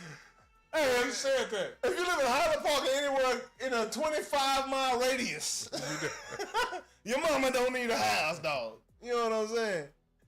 Oh, I said 5-mile radius. No, but if you're going northern 25 miles, eastern, western. I've never spoke on that, but that was funny to me when he said he's gonna buy a mom. Mama don't need no house in Highland Park, dog. She must don't live in Highland Park. But shout out to you, Clayton Kershaw, anyway, man. You are congratulations, Kershaw. World Series champion, man. Dallas on, and most importantly, you are Dallas Tiger, baby. Oh, yeah. Let's get it. Love it, man. Proud of you, homie. And then last but not least for the day, man. Next year, this is Noonish Sports and Tech. Absolutely Noonish Sports and Tech. Next year, they will be using robots in the major leagues. Behind the plate? Nope. What? Teams will be able to get 2 calls, 2 challenges per game with robot umpires. Challenge 2 calls per game. I don't know how this is going to work because typically when you challenge a call, you get your ass thrown out the game. Immediately. The robot is going to analyze the call. I mean, AI know if it was a ball or a strike. Yeah. Like you can see it. The computer sees if it's a ball or a strike. It's humans. Oh, so human error, just like accidents in vehicles. So now they're gonna say what the robot says. So you get 2 appeals to the robot. Yeah, you get 2. It's like instant replay, but it's you get 2 appeals to the robot. And if you lose the appeal, what happens? I don't know. I gotta read more. Okay. I didn't go that deep. I'm just telling you the truth. It is what it is. I just saw what they said. But they're using umps in 2026. I mean, robots in 2026. I get it. Umpires suck, especially in crucial times. Man, you have no idea, man. When you got a 2-1 count that should be 3-1, but now it's 2-2, that makes a big difference, dog. You know what I'm saying? And then what the crowd is saying make a difference. And what the crowd is saying, if you got runners on first or third in the same situation with 1 out versus 2 out, like to a robot don't have no feelings, man. No feelings, dog. I'm gonna just make the call. Robot don't have no emotions. Umpires got emotions, man. So what I'm trying to tell you, umpires got favorite teams even. Umpires is about to be doing it down the Little League in high school because they can't afford robots. Oh yeah, absolutely. Unless the state start paying for it. Yeah. And I doubt that happens. But umpires, the time is up. I'm tired of your bullshit, dog. I can't stand around umpires. Personally, I showed up a pitcher because of the umpire before. And I had to apologize to the pitcher and let him know, hey, it wasn't you. It was him. Yeah. You know what I'm saying? Umpires got too much. Who was that trip to go? Umpires got way, he ready for IMO. Umpires got way too much power. They think they do anyway, and nobody's here to watch you, dog. Best thing you can do as an umpire is stay out the way. That's all I got to say about that. Yeah, stay out the way and don't get to know them. Don't get personal with them. 5-10 years your job took, homie. Yeah. Now, time for Trip to Go's favorite part of the show. It is time for, brother, me and my Hulkamaniacs. What you gonna do? What you gonna do Noonish. when the Hulkamania comes? Noonish. Hey, Noonish. IMO, man. You know what time it is. It's time for Trip's favorite part of the show. In my opinion, there is no rebuttal allowed.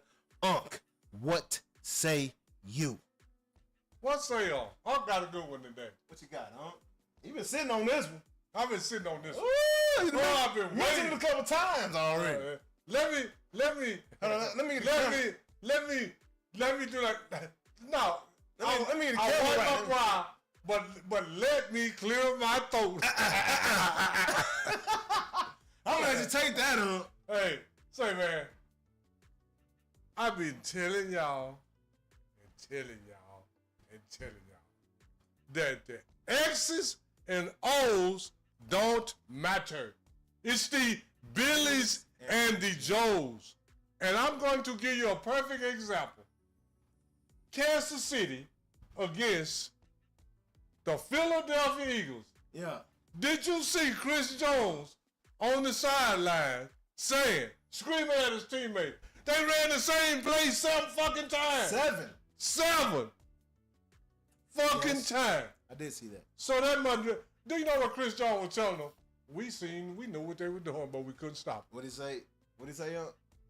We seen the same play 7 fucking times. 7 fucking times they ran the same play. And last time I said that's the number of completion. Yeah. Hey, 7 is a number, and guess what they completed? A touchdown. They scored.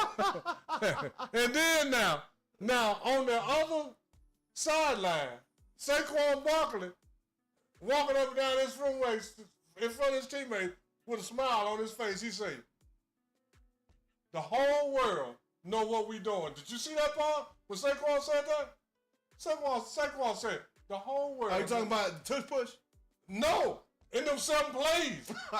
In them same 7 plays. Saquon was on the other sideline. Wow. Saquon, go look it up. It's on YouTube. Hey. Saquon said, the whole world know what we doing, and it don't even matter. It don't matter. It don't matter. We coming right here, because Billy and Joe is right here, and Sam and Bo is over there. We coming right between Billy and Joe. You know it. Your mama know it. Your daddy know it. Your kid folks know it. But guess what? We coming right there anyway, and y'all can't stop us. It ain't about y'all. It's about us. It's about Billy and Joe. It ain't about X and damn O. Oh, it's about execution. But that's it. No. X's and O's mean you do this, you do that. Okay, we coming right here. What you gonna do? Because he gonna knock your ass off. He gonna knock your ass off, and he gonna run over you. So what you gonna do? The Billies and the Joes is 90 to 95%. The X's and O's is very little. And I'm gonna stick to that till the day I die.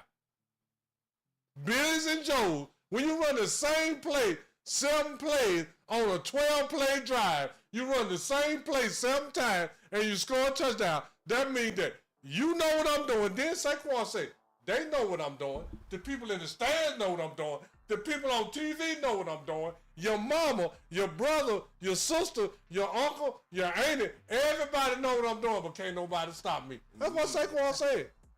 And then here go Chris Jones, echo. Man, they kicked our ass sometime with the same damn thing.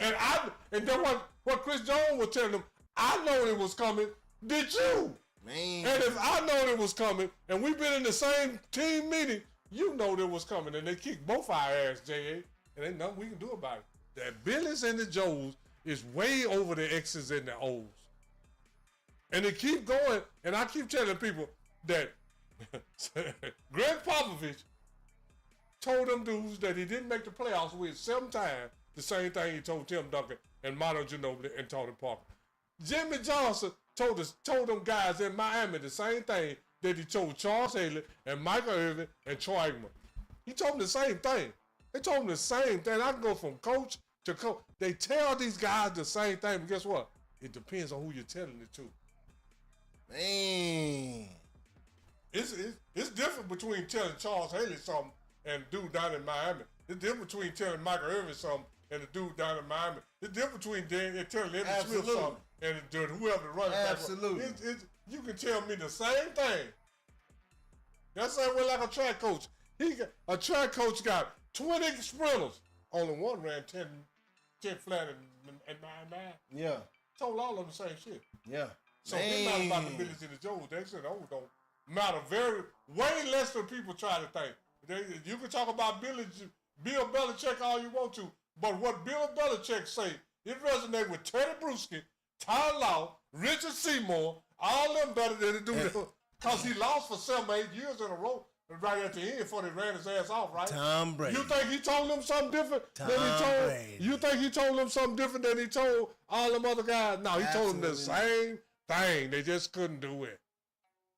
Absolutely. And that's just my opinion. I think the Billies and the Joes is about 85 to 90%. The X's and the O's is about 10 or 5%. That's just my opinion. Because if they know what play you running and you still successful, what that means. They know your X's and your O's. They just can't fool with your Billies and your Joes. Man, so how much does the neck guy matter for sure though? 5 or 10%. 5 or 10%. Neck up don't mean that much. It means a lot though. I mean, but this is in the right spot. Neck up is part of your talent. Absolutely. Neck up is.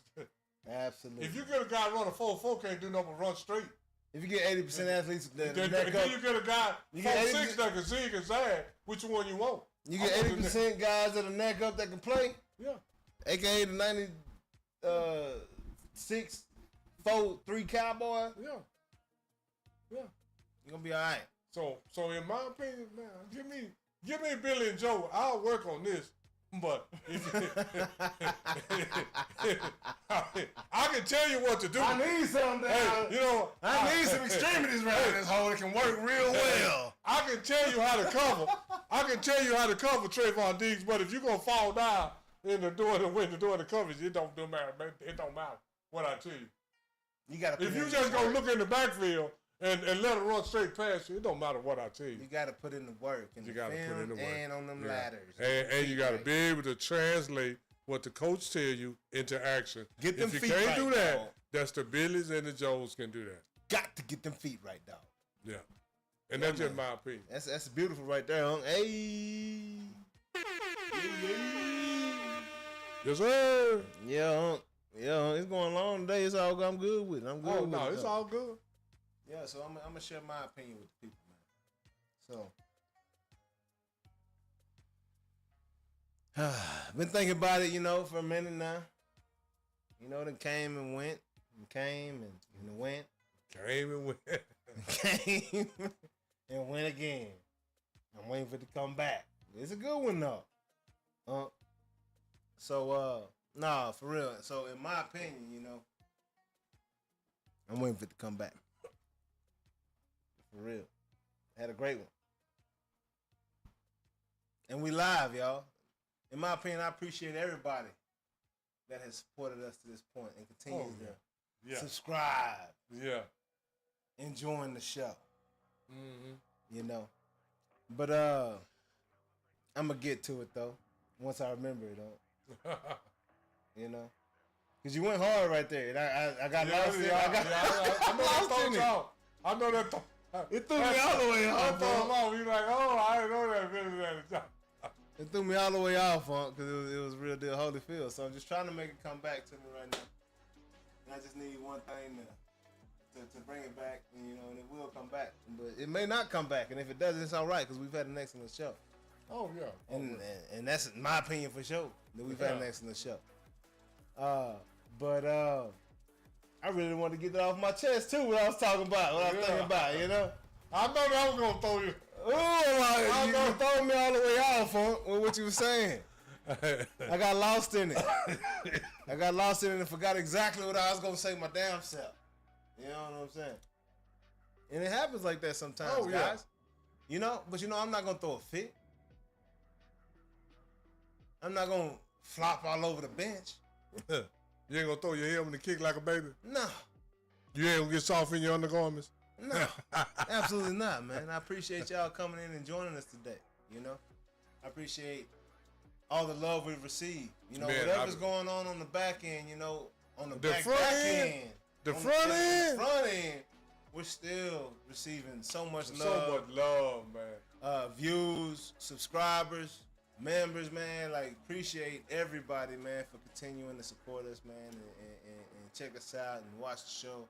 We're going to get this other side figured out and figure out what's going on. Because it's 3 weeks in a row. It's been kind of just strange. I don't understand. But we definitely appreciate y'all, man. We just continue to get better, And at some point, it will be appreciated. But we got to figure out what's going on this other side, though. But we will be back maybe this weekend. Or more than likely, sometime next Wednesday. If not this weekend, for the most part, we will be back next Wednesday. Yes, sir. Around noonish. Yes, sir. It's going down just like that, man. Appreciate the love. Appreciate y'all. Hey, subscribe, like, hit the notification bell, share this jump, man. Love y'all. Appreciate you. Peace. We out. See you next time. Noonish. Noonish. Noonish. Noonish. Noonish. Noonish. Noonish. Noonish. J.A. he was major league, playing around with them bats. Kia OG, making plays on the track. Sports and technology, we mix it in with facts. Catch him every Wednesday to like double tap. A lot of interviews with ballers and them winners. Yeah, Jay on Notre Dame, all winner.